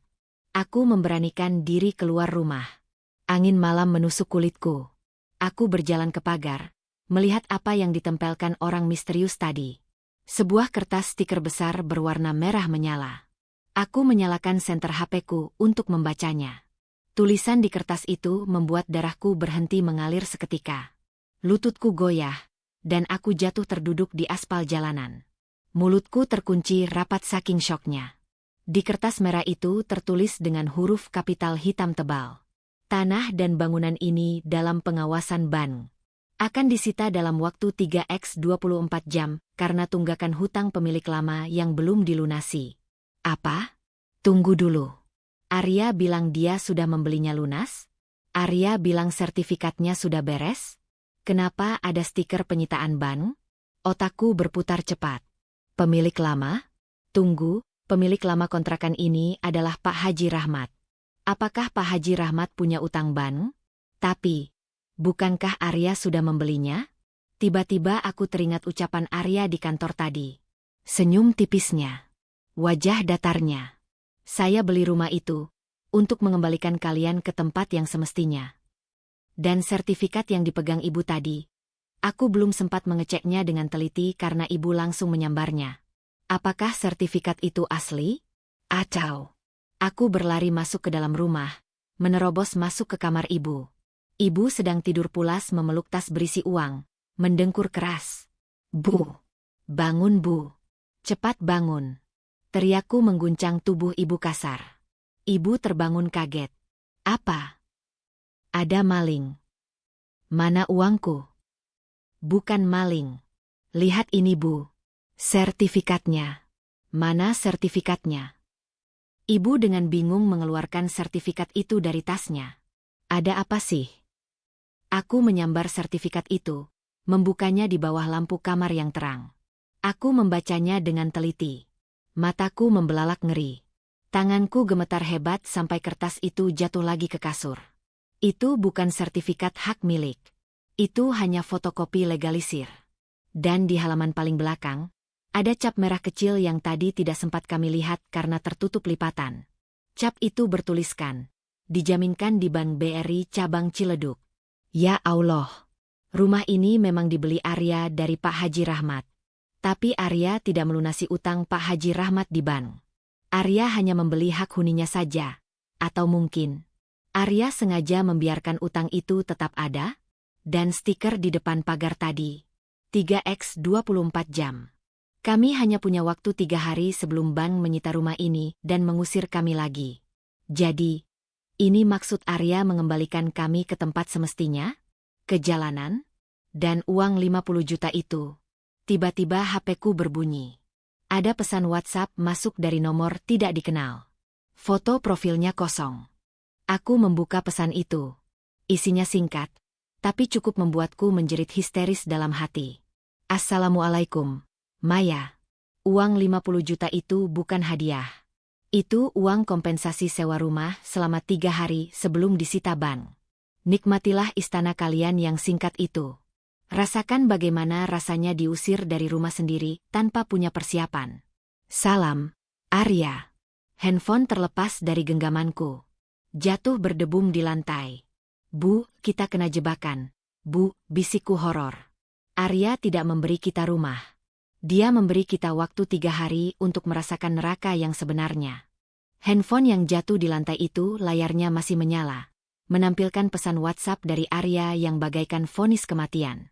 Aku menatap benda itu dengan tatapan kosong.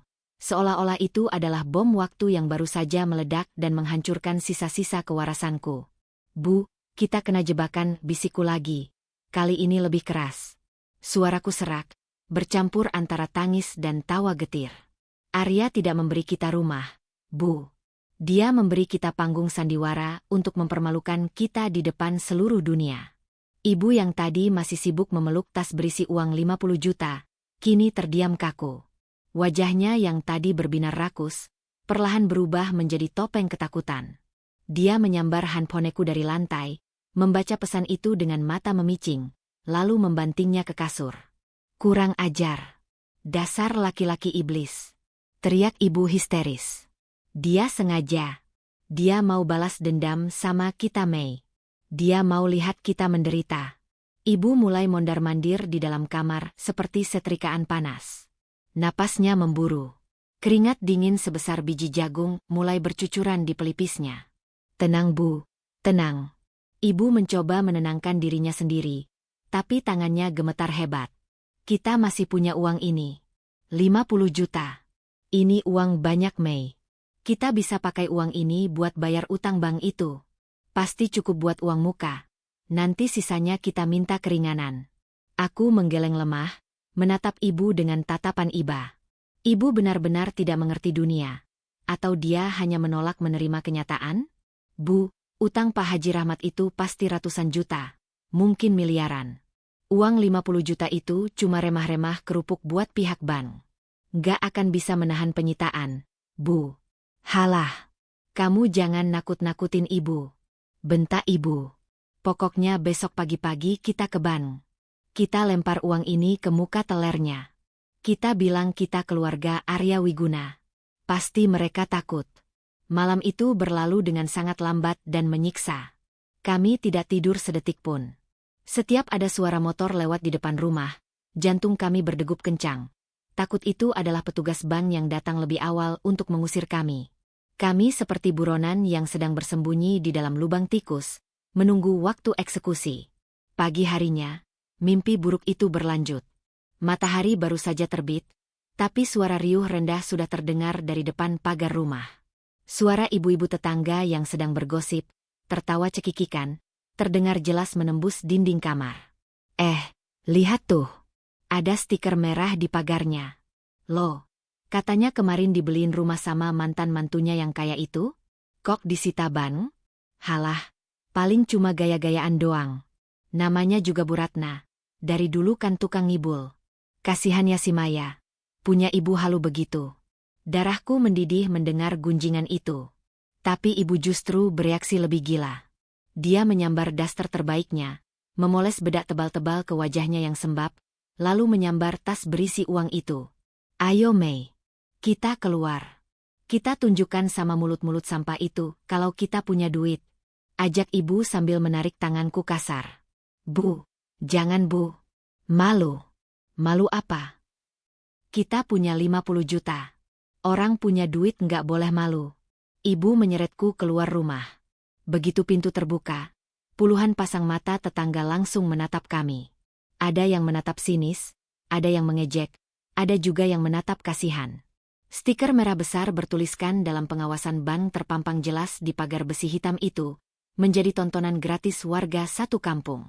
Ibu berjalan dengan dagu diangkat tinggi, menantang tatapan mereka. Dia sengaja menepuk-nepuk tasnya yang gembung. Minggir, minggir. Orang kaya mau lewat. Hardik ibu pada sekumpulan ibu-ibu yang menghalangi jalan. Jangan lihat-lihat stiker itu. Itu cuma salah paham administrasi. Sebentar lagi saya lunasin pakai uang cash. Bu Ratna, celetuk Bu Yati, pemilik warung kelontong di ujung gang yang terkenal julid. Emang duitnya cukup? Itu utang Pak Haji Rahmat katanya 2 miliar loh. Masa mau dibayar pakai daun? Ibu berhenti mendadak. Wajahnya merah padam.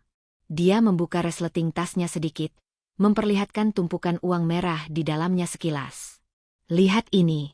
Mata kalian melek nggak? Ini uang asli. 50 juta. Dikasih sama menantu saya, Arya Wiguna, CEO Imperium Group. Kalian seumur hidup nggak bakal pegang duit segini. Warga terhenyak kaget melihat gepokan uang itu. Hening sejenak. Dan disitulah letak kesalahan fatal ibu. Disitulah perangkap Arya yang sesungguhnya mulai bekerja. Arya tahu betul sifat ibu. Dia tahu ibu akan pamer. Dia tahu ibu akan sombong. Dan dia tahu, di kampung kumuh seperti ini, uang tunai adalah pancingan darah bagi ikan hiu. Baru saja ibu menutup resleting tasnya dengan bangga, tiba-tiba sebuah motor metik berhenti mendadak di depan kami. Pengendaranya seorang pria berbadan tegap, berjaket kulit, dengan wajah sangar penuh bekas jerawat. Itu Bang Jago, penagih utang koperasi keliling yang paling ditakuti di Ciledug. Nah, kebetulan ketemu di sini, kata Bang Jago sambil turun dari motor, tersenyum menyeringai memperlihatkan giginya yang kuning. Bu Ratna, saya cari-cari ke kontrakan lama sudah kosong. Ternyata pindah ke rumah mewah ya?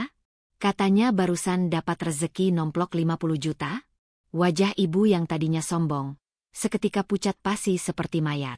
Kakinya gemetar. Bang Jago? Bayar utang, Bu, kata Bang Jago santai, Tapi matanya tajam mengincar tas di pelukan ibu. Utang ibu di koperasi 3 tahun lalu. Bunganya sudah berbunga lagi. Totalnya 12 juta. Itu. Nanti bang, ini uang buat bayar ban. Ibu mundur selangkah, memeluk tasnya makin erat. Eits, nggak bisa. Bang Jago maju, mencengkeram lengan ibu. Tadi ibu bilang sama warga kalau ibu orang kaya. Masa bayar utang 12 juta aja nggak mampu? Sini tasnya. Jangan. Tolong. Maling. Rampok. Teriak ibu histeris. Tapi tidak ada warga yang menolong. Mereka justru menonton dengan wajah puas. Karma. Batin mereka mungkin begitu. Keributan itu memancing orang lain datang. Bu Ratna. Bayar utang beras saya juga. 500.000. Teriak Bu Yati ikutan maju. Saya juga Bu. Utang arisan yang ibu bawa kabur 2 tahun lalu. 2 juta. Teriak ibu-ibu lain. Dalam sekejap, kami dikepung. Seperti semut mengerubungi gula, para penagih utang dari masa lalu, yang selama ini kami hindari dengan pindah-pindah kontrakan, muncul semua. Rupanya kabar Bu Ratna dapat uang 50 juta dari menantu kaya raya sudah menyebar lewat grup WhatsApp warga lebih cepat daripada kecepatan cahaya. Mei. Tolong Ibu Mei. Jerit ibu saat tasnya mulai ditarik-tarik oleh Bang Jago dan Bu Yati. Aku berusaha melindungi ibu, memeluknya dari belakang. Cukup. Jangan main hakim sendiri. Kita bicarakan baik-baik. Teriakku sambil menangis. Baik-baik apanya? Ibu kamu ini maling halus. Bayar utang dulu baru boleh gaya. Bentak Bang Jago. Breet. Suara kain robek terdengar nyaring. Tali tas ibu putus karena ditarik paksa dari 2 arah. Tas itu terlempar ke udara. Jatuh terbalik di aspal yang becek. Uang 50 juta itu berhamburan keluar. Lembaran-lembaran merah bergambar Soekarno-Hatta berserakan di jalanan gang yang kotor. Duit. Duit. Suasana menjadi kacau balau, chaos. Warga yang tadinya hanya menonton, kini ikut berebut memunguti uang yang berserakan. Anak-anak kecil, tukang ojek, ibu-ibu, semuanya menunduk, saling sikut, saling dorong demi mengambil lembaran uang itu. Jangan. Itu uangku. Itu uang buat rumah. Kembalikan. Jangan diambil. Ya Allah. Matilah kalian semua. Ibu merangkak-rangkak di aspal, mencoba mengais uang-uang itu kembali ke pelukannya. Air matanya bercampur dengan debu jalanan. Jilbabnya miring, bajunya kotor terinjak-injak orang. Aku ikut berlutut, mencoba melindungi ibu dari injakan kaki orang-orang yang kalap. Bu, sudah Bu. Lepaskan. Nanti ibu luka. Iblis. Kalian semua iblis. Raung ibu. Tangannya berhasil menangkap beberapa lembar uang, tapi kemudian diinjak oleh sepatu bot Bang Jago. Bang Jago memunguti gepokan uang yang masih terikat karet. Nah, ini lunas ya Bu. Sisanya buat bunga. Hanya dalam waktu kurang dari 5 menit, jalanan itu bersih. Uang 50 juta itu lenyap. Ludes. Sebagian diambil paksa oleh penagih utang, sebagian lagi dicuri oleh tangan-tangan jahil yang memanfaatkan situasi kekacauan itu. Ibu terduduk lemas di tengah jalan. Tatapannya kosong. Di tangannya yang kotor dan gemetar, hanya tersisa 3 lembar uang 100.000 rupiah yang berhasil dia selamatkan. 300.000. Dari 50 juta, kini hanya tersisa 300.000. Bang Jago menyalakan motornya, lalu meludah ke aspal di dekat kaki ibu. Makanya Bu, kalau punya utang itu dibayar, jangan cuma bisa pamer. Kasihan tuh anaknya. Satu persatu warga bubar. Mereka pergi dengan wajah puas, meninggalkan kami berdua yang hancur lebur di tengah jalan. Bu Yati kembali ke warungnya sambil menghitung uang yang dia dapat. Nggak rugi saya nagih pagi-pagi, celetuknya keras. Aku memeluk ibu yang masih mematung. Bu, ayo kita masuk, malu dilihat orang. Ibu menoleh padaku. Matanya merah, bengkak, dan penuh dendam. Arya, desis ibu. Suaranya terdengar mengerikan, seperti suara hantu. Ini semua gara-gara Arya, dia tahu Mei, dia tahu ini bakal kejadian. Dia sengaja kasih uang tunai biar kita dimangsa tetangga. Dia benar-benar mau membunuh ibu pelan-pelan. Aku memapa ibu masuk kembali ke dalam rumah yang dingin itu. Rumah yang sebentar lagi akan disita. Di dalam kamar yang kosong, aku mendudukkan ibu di lantai. Kami tidak punya kursi. Kami tidak punya kasur yang layak. Dan sekarang, kami tidak punya uang. 3 hari lagi kami diusir. Dan kami tidak punya sepeser pun uang untuk menyewa kontrakan baru. Bahkan untuk makan besok pun kami bingung. Uang 300.000 di tangan ibu tidak akan cukup untuk hidup seminggu di Jakarta. Tiba-tiba, ibu tertawa. Tawa yang pelan, lalu makin keras, makin melengking. Tawa orang yang sudah putus asa. Lucu ya Mei, lucu. Ibu tertawa sambil menangis. Dulu ibu usir Arya karena dia miskin. Sekarang, Arya bikin kita jadi lebih miskin dari pengemis. Karma dibayar tunai dan lunas. Hahaha. Aku merinding melihat ibu. Apakah ibu mulai gila? Bu, istighfar Bu, sebut nama Allah. Ibu berhenti tertawa mendadak. Wajahnya berubah serius. Sangat serius. Dia mencengkeram bahuku kuat-kuat. Belum Mei. Kita belum kalah. Apa maksud ibu? Kita sudah habis Bu. Uang hilang. Rumah mau disita. Ibu menggeleng. Matanya berkilat licik. Masih ada satu cara. Tadi Arya bilang dia takut citranya rusak kan? Dia takut wartawan tahu mantan mertuanya gelandangan kan? Ibu berdiri, merapikan rambutnya yang acak-acakan. Kita akan jual cerita sedih ini, Mei. Kita akan bikin video. Kita rekam pengusiran kita besok lusa. Kita viralkan. Biar satu Indonesia tahu kalau CEO Imperium Group itu, anak durhaka yang tega menelantarkan mantan mertuanya sampai dijarah massa. Kalau kita hancur, dia juga harus hancur. Aku ternganga. Bu? Ibu mau memfitnah lagi? Ibu belum kapok? Kita begini karena fitnah ibu. Diam kamu. Ini soal hidup dan mati. Kalau dia main kasar, kita main kotor. Ibu mengambil handphoneku yang tadi dibanting ke kasur. Layarnya retak, tapi masih bisa menyala. Siap-siap Mei. Kita akan pergi ke kantor Arya lagi besok. Tapi kali ini, kita tidak akan minta-minta.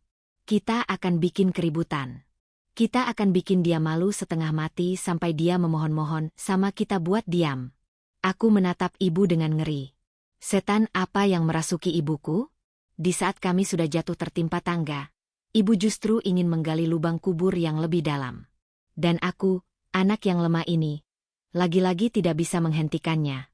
Pagi itu langit Jakarta berwarna abu-abu, tertutup polusi yang pekat, sepekat hati ibuku yang sudah tertutup ambisi buta. Kami kembali berdiri di depan Menara Imperium di kawasan SCBD Sudirman. Tapi kali ini, kami bukan tamu undangan. Kami adalah penjahat yang menyamar menjadi korban. Ibu merencanakan semuanya dengan sangat detail. Detail yang mengerikan. Sebelum berangkat, ibu sengaja mengacak-acak rambutnya agar terlihat kusut. Dia memakai baju daster lamanya yang sudah robek di bagian ketiak, dan memaksaku memakai kaos partai yang sudah luntur warnanya. Kita harus terlihat menderita, Mei. Semakin gembel kita terlihat, semakin hancur nama Arya, bisik ibu saat kami turun dari Kopaja di seberang gedung. Aku berjalan di belakang ibu seperti kerbau yang dicocok hidungnya. Kakiku berat. Setiap langkah rasanya seperti menyeret besi beton. Aku tahu ini salah. Demi Allah, aku tahu ini dosa. Tapi ketakutan akan masa depan tanpa rumah dan tanpa uang membuat akal sehatku mati. Aku menjadi pengecut yang bersembunyi di balik ketiak ibuku yang gila. Bu, kita pulang saja yuk. Ini kantor elit Bu. Banyak security. Bisikku gemetar saat kami menyeberang jalan. Diam kamu.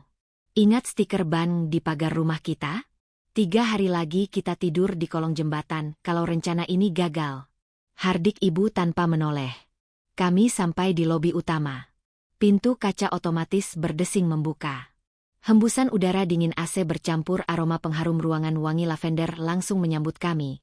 Kontras dengan bau keringat dan debu jalanan yang menempel di tubuh kami.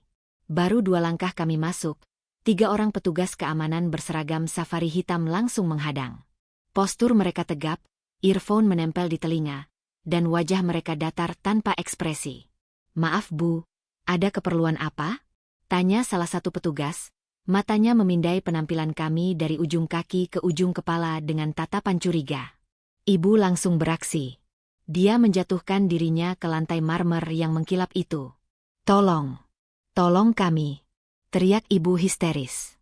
Suaranya melengking, memantul di dinding-dinding kaca lobi yang luas.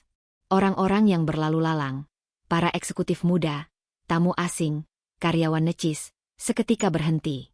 Mereka menoleh kaget. "Kami ini keluarga Arya Wiguna. CEO gedung ini. Kami ditelantarkan. Kami dibiarkan kelaparan. Tolong panggil Arya. Suruh dia turun." Raung ibu sambil memukul-mukul lantai. Aku berdiri mematung di samping ibu, menutup wajahku dengan tangan. Malu. Malu yang rasanya membakar kulit wajahku sampai ke tulang. Aku ingin menghilang. Aku ingin bumi membelah dan menelanku saat ini juga. "Bu, mohon berdiri. Jangan bikin keributan di sini," kata petugas keamanan tegas, mencoba memegang lengan ibu untuk membangunkannya. "Jangan sentuh. Pelecehan. Tolong. Security mau pukulin orang tua," teriak ibu makin menjadi-jadi. Dia mengeluarkan handphoneku yang layarnya retak, lalu mulai merekam. "Lihat ini netizen. Lihat kelakuan security Menara Imperium. Menganiaya mertua CEO-nya sendiri. Viralkan. Biar bangkrut perusahaan ini." Kerumunan mulai terbentuk. Beberapa orang mulai mengeluarkan handphone mereka dan ikut merekam. Inilah yang ibu mau. Panggung. Perhatian. Dia pikir dengan ini Arya akan panik dan turun memberinya uang tutup mulut. "Mana Arya? Keluar kamu anak durhaka. Kamu makan enak di atas sana. Mantan mertuamu makan nasi aking di jalanan. Apa ini ajaran orang tuamu?" Teriak ibu berapi-api. Air mata buayanya mengalir deras. Suasana makin kacau. Petugas keamanan tampak kewalahan karena ibu terus meronta-ronta dan berteriak soal kekejaman Arya. Tiba-tiba, suara denting lift terdengar. Ting.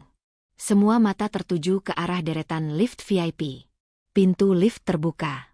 Apakah itu Arya? Bukan. Yang keluar adalah seorang wanita. Cantik, anggun, dan memancarkan aura ketenangan yang luar biasa. Dia mengenakan blazer putih bersih yang membalut tubuhnya dengan sopan, jilbab warna dusty pink yang membuatnya terlihat lembut namun tegas. Itu Zahra, istri baru Arya. Zahra tidak datang sendiri. Dia diiringi oleh dua orang pria berjas rapi yang membawa map dokumen, dan seorang wanita yang memegang tablet. Zahra berjalan membelah kerumunan dengan langkah tenang, tidak terburu-buru, tidak terlihat panik sedikitpun. Zahra berhenti tepat di depan ibu yang masih terduduk di lantai sambil memegang handphone. Zahra menatap ibu bukan dengan kemarahan, tapi dengan tatapan seorang guru TK yang sedang melihat murid nakal tantrum. Ibu langsung mengarahkan kamera handphone ke wajah Zahra. "Nah, ini dia pelakornya. Ini istri barunya yang menikmati harta menantu saya. Kamu kan yang hasut Arya supaya buang kami," tuduh ibu berapi-api.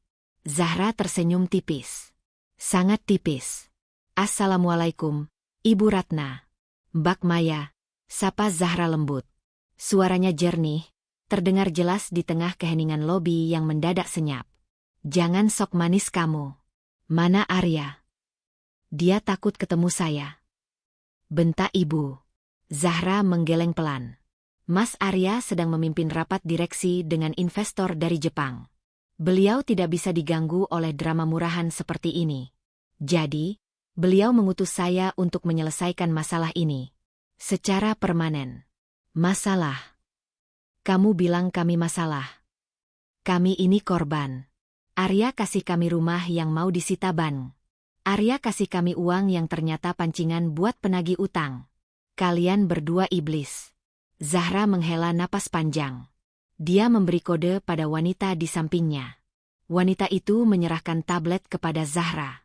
"Ibu Ratna," kata Zahra tenang sambil memperlihatkan layar tablet itu ke arah ibu, dan juga ke arah kerumunan orang yang merekam. "Mari kita luruskan faktanya. Pertama, soal rumah." Zahra menggeser layar tablet. Muncul foto dokumen surat jual beli. Mas Arya membeli rumah di Ciledug itu dari Pak Haji Rahmat secara tunai. Lunas. Ini buktinya. Tapi, Mas Arya memang sengaja tidak melunasi utang sertifikat Pak Haji Rahmat di bank. Kenapa? Zahra menatap ibu tajam. Karena Mas Arya tahu, kalau sertifikat itu diberikan bersih pada ibu pasti akan langsung menjualnya atau menggadaikannya lagi hari itu juga untuk gaya hidup ibu. Mas Arya hanya ingin memberi kalian tempat tinggal, bukan aset untuk difoya-foyakan. Niatnya, Mas Arya yang akan membayar cicilan banknya setiap bulan, asalkan kalian tinggal di sana dengan tenang. Aku tersentak kaget. Apa? Jadi, Arya berniat membayar cicilannya? Arya tidak berniat mengusir kami? Tapi, lanjut Zahra, suaranya mulai meninggi sedikit, penuh penekanan. Ibu justru membuat keributan pagi ini. Ibu memfitnah suami saya. Ibu menyebarkan kebohongan publik. Kedua, soal uang 50 juta, lanjut Zahra. Dia menggeser layar lagi. Muncul video CCTV jalanan gang rumah kami. Video kejadian kemarin pagi. Video itu memperlihatkan dengan jelas bagaimana ibu pamer uang di tengah jalan, bagaimana ibu sombong pada tetangga, dan bagaimana akhirnya para penagih utang, yang notabene adalah akibat ulah ibu sendiri di masa lalu, datang menagih hak mereka. Mas Arya memberi uang itu sebagai modal usaha. Tapi ibu memamerkannya di jalanan. Ibu yang memancing hiu datang. Lalu ibu menyalahkan lautnya? Tanya Zahra retoris. Kerumunan mulai berbisik-bisik. Wah, ternyata ibunya yang salah. Gila, udah dikasih rumah masih kurang ajar. Itu video pamer duitnya valid banget sih. Salah sendiri sombong. Opini publik berbalik arah dalam hitungan detik. Ibu yang tadinya merasa di atas angin, kini wajahnya pucat pasi. Dia menurunkan handphonenya. Tangannya gemetar. Itu video editan. Itu bohong. Elak ibu panik. Zahra menutup tabletnya. Lalu dia mengambil map dokumen dari pria berjas di sampingnya. Cukup Bu Ratna. Kesabaran suami saya sudah habis. Dan kesabaran saya sebagai istrinya juga sudah habis. Saya tidak terima suami saya difitnah oleh orang yang pernah membuangnya. Zahra menyodorkan map itu ke hadapan ibu. Ini adalah somasi terbuka dan laporan polisi atas tuduhan pencemaran nama baik, perbuatan tidak menyenangkan, dan pelanggaran Undang-Undang ITE. Bukti video live streaming ibu barusan sudah cukup untuk menjebloskan ibu ke penjara minimal 4 tahun. Lututku lemas seketika. Penjara? Zahra menatapku. Mbak Maya, saya tahu Mbak orang baik. Tapi diamnya orang baik saat melihat kejahatan adalah kejahatan itu sendiri.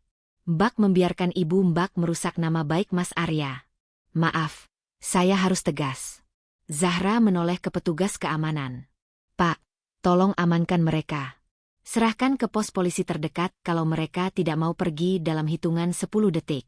Jangan lapor polisi. Jerit ibu ketakutan. Nyalinya langsung ciut begitu mendengar kata penjara. Dia merangkak mendekati kaki Zahra, hendak memeluk kakinya. Nak Zahra cantik, maafin ibu. Ibu hilaf, jangan penjarakan ibu. Ibu sudah tua. Zahra mundur selangkah, menghindari sentuhan ibu dengan elegan. Dia tidak menendang, dia hanya menjaga jarak. Seperti menjaga jarak dari kotoran. Pergi, Bu. Dan jangan pernah perlihatkan wajah kalian lagi di depan suami saya. Hiduplah dengan sisa harga diri yang ibu punya. Assalamualaikum. Zahra membalikkan badan, berjalan kembali menuju lift tanpa menoleh lagi. Punggungnya tegak, lurus, penuh kemenangan yang bermartabat. Dia wanita berkelas. Dia wanita yang pantas mendampingi Arya. Bukan aku. Wuh. Sorakan cemoohan terdengar dari kerumunan orang-orang di lobi. Dasar nenek lampir. Udah tua bukannya tobat malah fitnah orang. Pergi sana. Ngotorin pemandangan aja. Ibu masih menangis meraung-raung di lantai. Aku menarik lengannya paksa. Air mataku sudah kering. Rasa maluku sudah mati rasa. Ayo bangun Bu. Kita pergi. Hardiku kasar. Aku menyeret ibu berdiri. Kami berjalan keluar dari gedung mewah itu diiringi tatapan jijik dan cemoohan ratusan orang. Rasanya perjalanan dari lobi ke pintu keluar itu adalah perjalanan terpanjang dalam hidupku. Setiap pasang mata yang menatap kami adalah hukuman. Setiap bisikan adalah cambuk. Sesampainya di trotoar luar gedung, aku melepaskan tangan ibu kasar. Ibu terhuyung, hampir jatuh ke selokan. Puas, Bu? Tanyaku dingin. Puas sekarang? Kita sudah jadi sampah nasional. Ibu mau apa lagi? Mau bakar diri di depan istana negara? Ibu sesenggukan, menghapus ingusnya dengan ujung daster. Maya. Arya jahat, Mei. Istrinya jahat, mereka sekongkol. Cukup. Teriakku. Aku tidak tahan lagi. Cukup menyalahkan orang lain. Ini salah ibu. Dan salah Maya juga karena nurut sama ibu. Arya benar. Kita ini gelas pecah yang tajam. Kita cuma bisa melukai orang. Aku terduduk di pinggir trotoar, menatap lalu lintas Jakarta yang padat. Mobil-mobil mewah berlalu lalang. Sementara kami duduk di pinggir jalan seperti gembel. Tiba-tiba, sebuah mobil hitam berhenti di depan kami. Kaca jendelanya turun perlahan. Jantungku berdegup. Apakah Zahra berbaik hati lagi? Atau Arya? Kaca terbuka sepenuhnya. Di dalam mobil itu, duduk Pak Haji Mansur. Si penipu yang dulu dikenalkan ibu padaku. Dia tersenyum menyeringai, giginya yang kuning terlihat menjijikkan. Wah, Bu Ratna. Saya lihat live streamingnya tadi. Seru ya. Diusir sama menantu sendiri. Sapa Pak Haji Mansur dengan nada mengejek. Mau apa kamu? Bentak ibu, meski suaranya lemah. Saya mau nawarin bisnis, kata Pak Haji Mansur. Kalian butuh uang kan? Rumah disitakan? Saya ada lowongan kerja buat Maya. Kerja apa? Tanyaku waspada. Jadi pemandu lagu di karaoke teman saya di Mangga Besar. Gajinya lumayan, plus tips. Bisalah buat bayar kontrakan petak. Daripada jadi gembel? Ibu langsung melotot. Kurang ajar. Anak saya sarjana. Masa jadi pemandu karaoke? Sarjana kan cuma kertas, Bu. Jawab Pak Haji Mansur santai. Kenyataannya sekarang kalian gembel kan? Pikirin aja. Kalau butuh, hubungi saya. Mobil itu melaju pergi, meninggalkan asap knalpot yang hitam mengepul ke wajah kami. Aku batuk-batuk menghirup asap itu. Tapi kata-kata Pak Haji Mansur terngiang di kepalaku. Pemandu lagu? Ya Allah, serendah itukah nasibku sekarang? Mei, panggil ibu pelan. Apa? Tadi Pak Haji Mansur bilang gajinya lumayan.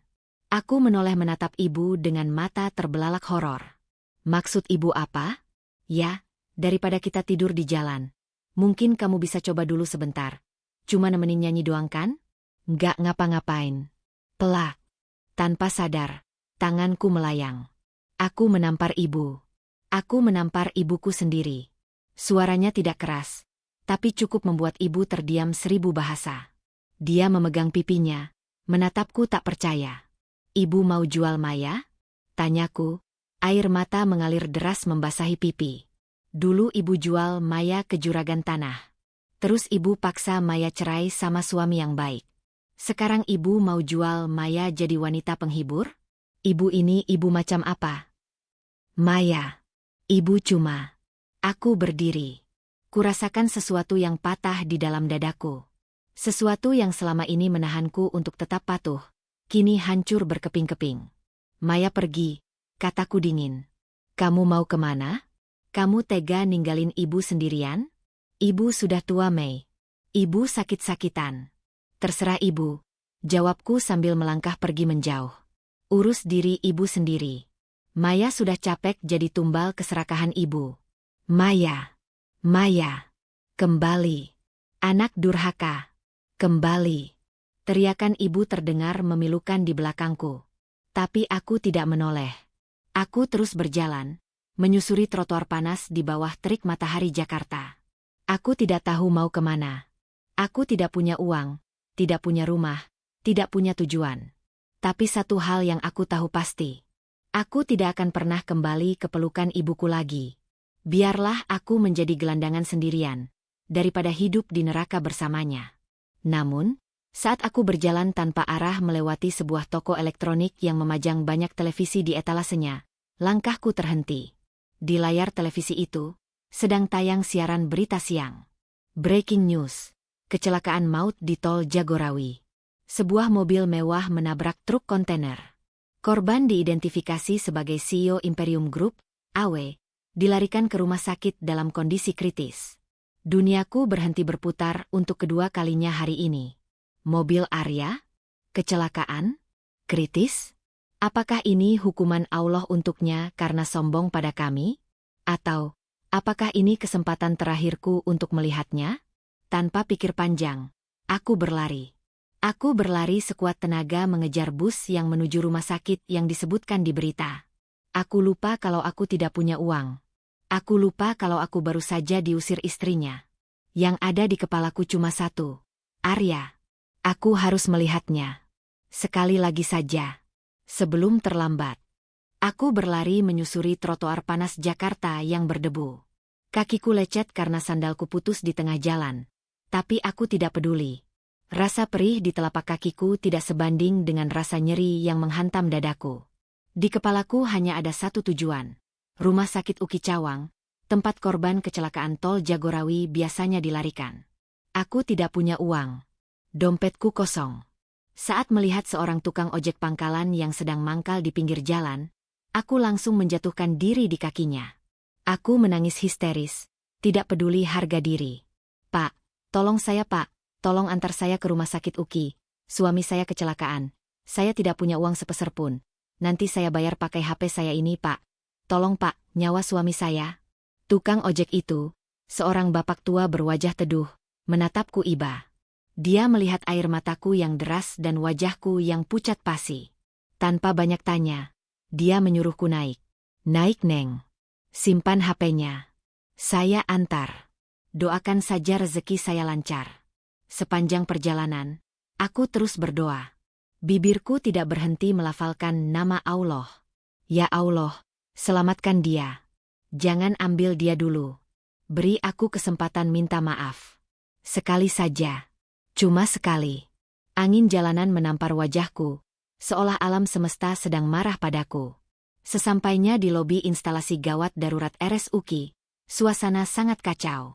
Sirine ambulan meraung-raung silih berganti. Puluhan wartawan berkerumun di depan pintu kaca otomatis. Kamera mereka berkilatan memotret siapapun yang keluar masuk. Mereka seperti burung nasar yang menunggu bangkai. Aku menerobos kerumunan itu. Tubuhku yang kurus terdorong sana-sini. Minggir. Minggir. Teriakku parau. Di ruang tunggu keluarga, aku melihat pemandangan yang meremukan hatiku. Zahra. Wanita itu duduk di bangku tunggu besi yang dingin. Jilbab pinknya yang tadi pagi rapi, kini sedikit berantakan. Wajahnya sembab, matanya bengkak. Dia tidak menangis meraung-raung seperti ibuku. Dia menangis dalam diam, air matanya mengalir terus-menerus membasahi pipinya yang putih pucat. Di sampingnya, beberapa staf perusahaan berdiri dengan wajah tegang. Aku melangkah pelan mendekatinya. Kakiku gemetar hebat. Mbak Zahra, panggilku lirih. Zahra mengangkat wajahnya. Saat melihatku, tidak ada kemarahan di matanya. Tidak ada kebencian yang tadi pagi dia tunjukkan di kantor. Yang ada hanya tatapan kosong seorang istri yang sedang kehilangan separuh jiwanya. Mbak Maya, bisik Zahra. Suaranya serak. Bagaimana Arya? Dia selamatkan? Dia cuma luka ringan kan? Tanyaku bertubi-tubi, berusaha menyangkal kenyataan. Zahra menarik napas panjang yang bergetar. Dokter bilang, pendarahan di otaknya terlalu parah. Mobilnya hancur. Mas Arya sekarang ada di ruang ICU. Koma. Duniaku gelap sejenak. Aku memegang sandaran kursi agar tidak jatuh. Dokter bilang, harapannya tipis. Lanjut Zahra. Dia menutup wajahnya dengan kedua tangan. Bahunya terguncang menahan isak tangis. Aku ingin memeluknya, tapi aku sadar diri. Aku siapa? Aku hanya masa lalu yang membawa sial. Mbak, bolehkah aku melihatnya? Sekali saja? Tanyaku takut-takut. Aku tahu aku tidak pantas. Aku tahu aku sudah diusir. Zahra terdiam lama. Lalu dia menatapku lekat. Masuklah, kata Zahra pelan. Staf di sampingnya hendak protes. Bu Zahra. Tapi wanita ini tadi membuat keri. Biarkan, potong Zahra tegas. Mungkin Mas Arya menunggu dia. Tadi sebelum tidak sadarkan diri di lokasi kejadian, petugas medis bilang Mas Arya sempat mengigau. Dia memanggil nama ibu dan nama Maya. Dad, dia memanggil namaku? Setelah semua yang aku dan ibu lakukan padanya? Setelah kami mempermalukannya di depan umum? Dia masih memanggil namaku? Terima kasih Mbak, terima kasih. Aku berlari kecil menuju ruang ICU. Setelah memohon pada suster penjaga dan memakai baju sterilisasi warna hijau yang kebesaran, aku diizinkan masuk. Hanya 5 menit. Suara bip, bip, bip dari monitor detak jantung menyambutku. Ruangan itu dingin, sangat dingin, berbau alkohol dan obat-obatan yang menyengat. Di tengah ruangan, terbaring sosok itu. Tubuhnya penuh dengan selang. Kepala diperban tebal hingga menutupi sebagian wajahnya. Tangan kanannya digips. Ada selang ventilator yang masuk ke mulutnya, memaksanya bernapas. Arya. Laki-laki gagah yang tadi pagi berdiri angku di kantornya, kini tak berdaya. Laki-laki yang dulu kuat menggendong karung beras demi aku, kini bahkan tidak bisa membuka matanya. Aku berjalan mendekat. Kakiku lemas. Aku jatuh berlutut di samping ranjangnya. Tanganku gemetar saat menyentuh jari tangannya yang bebas dari infus. Jari itu dingin. Assalamualaikum, Bang, bisikku. Air mataku tumpah, membasahi sprei putih rumah sakit. Ini Maya, Bang. Maya datang. Hening. Hanya suara mesin yang menjawab. Dada Arya naik turun secara mekanis karena bantuan alat. Bang, maafin Maya. Suaraku pecah menjadi tangisan pilu. Maafin Maya yang bodoh ini. Maafin Maya yang lebih milih ibu daripada abang. Maafin Maya yang gak pernah bersyukur punya suami sebaik abang. Aku mencium tangannya. Tangan yang kasar karena kerja keras demi membahagiakan aku dulu. Tangan yang dulu sering menghapus air mataku saat aku sedih. Sekarang, tangan ini diam. Bangun Bang, tolong bangun, maki-maki Maya. Bang. Tampar Maya. Usir Maya lagi. Asal abang bangun. Maya rela jadi pembantu abang seumur hidup. Maya rela bersihin sepatu abang tiap hari. Asal abang hidup. Tiba-tiba, monitor detak jantung berbunyi lebih cepat. Grafiknya naik turun tidak beraturan. Bip, bip, bip, bip. Bang? Abang dengar Maya? Tanyaku penuh harap. Tapi kemudian, bunyi itu berubah. Melambat. Bip, bip, bip. Lalu, satu suara panjang yang memekakkan telinga. Ti. Garis di monitor itu lurus. Datar. Suster. Dokter. Teriakku panik. Tolong. Kenapa berhenti? Pintu terbuka kasar. Dokter dan perawat berhamburan masuk. Zahra ikut berlari masuk di belakang mereka. Minggir. Kami harus pacu jantung. Teriak dokter. Aku ditarik mundur oleh perawat. Aku melihat tubuh Arya disentak-sentak oleh alat kejut jantung. Sekali. 2 kali. 3 kali. Ayo Pak Arya. Kembali. Teriak dokter. Aku melihat Zahra menutup mulutnya. Air matanya mengalir deras tanpa suara. Dia bersandar di dinding, merosot perlahan ke lantai. Dia tahu ini adalah akhir. Dokter berhenti. Dia melihat jam tangannya, lalu menggeleng pelan pada perawat. Waktu kematian, pukul 14.05 waktu Indonesia Barat. Duniaku runtuh. Tidak mungkin. Bang Arya, jangan pergi. Aku menerobos perawat, memeluk tubuh kaku Arya. Bangun Bang. Jangan bercanda. Abang sudah janji mau sukses. Abang sudah sukses. Nikmati dulu hasilnya Bang. Jangan tinggalin Maya dengan rasa bersalah ini seumur hidup. Bangun. Zahra mendekatiku. Dia memeluk bahuku dari belakang. Pelukannya erat. Kami, 2 wanita yang mencintai pria yang sama, menangis bersama di atas jasad kaku pria itu. Sudah Mbak, sudah. Mas Arya sudah tenang, bisik Zahra di telingaku. Ikhlaskan, jangan beratkan jalannya. Hari pemakaman Arya adalah hari paling kelabu dalam hidupku. Langit Jakarta mendung. Gerimis turun membasahi tanah merah di TPU Tanah Kusir. Ratusan pelayat datang. Pejabat, artis, rekan bisnis, semuanya memakai baju hitam dan kacamata hitam. Aku berdiri jauh di belakang, bersembunyi di balik pohon Kamboja. Aku memakai kerudung hitam lusuh, bajuku masih baju kemarin yang sudah kering di badan.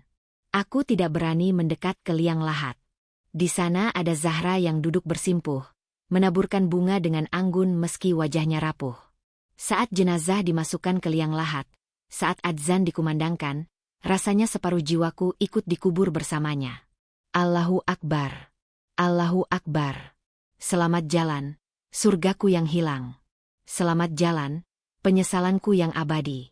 Tiba-tiba, keributan terjadi di gerbang makam. Suara teriakan yang sangat aku kenal memecah keheningan doa. Minggir. Saya mertuanya. Saya berhak dapat warisan. Mana istri barunya? Saya mau minta ganti rugi. Anak saya janda gara-gara dia mati. Itu ibu. Ibu datang dengan ojek, masih memakai daster robek yang kemarin. Rambutnya acak-acakan seperti orang gila. Dia merangsek masuk, mendorong pelayat yang menghalangi jalannya. Mana si Zahra? Heh, suamimu mati ninggalin harta kan? Bagi 2 sama Maya. Maya itu cinta pertamanya. Para pelayat menatap ibu dengan jijik. Beberapa petugas keamanan makam langsung sigap menangkap ibu. Lepaskan. Saya mau uang saya. 50 juta saya hilang. Ganti rugi. Bu Ratna. Diam. Bentakku. Aku keluar dari persembunyianku, berlari menghampiri ibu. Ibu melihatku. Nah, ini Maya. Mei, minta bagianmu Mei.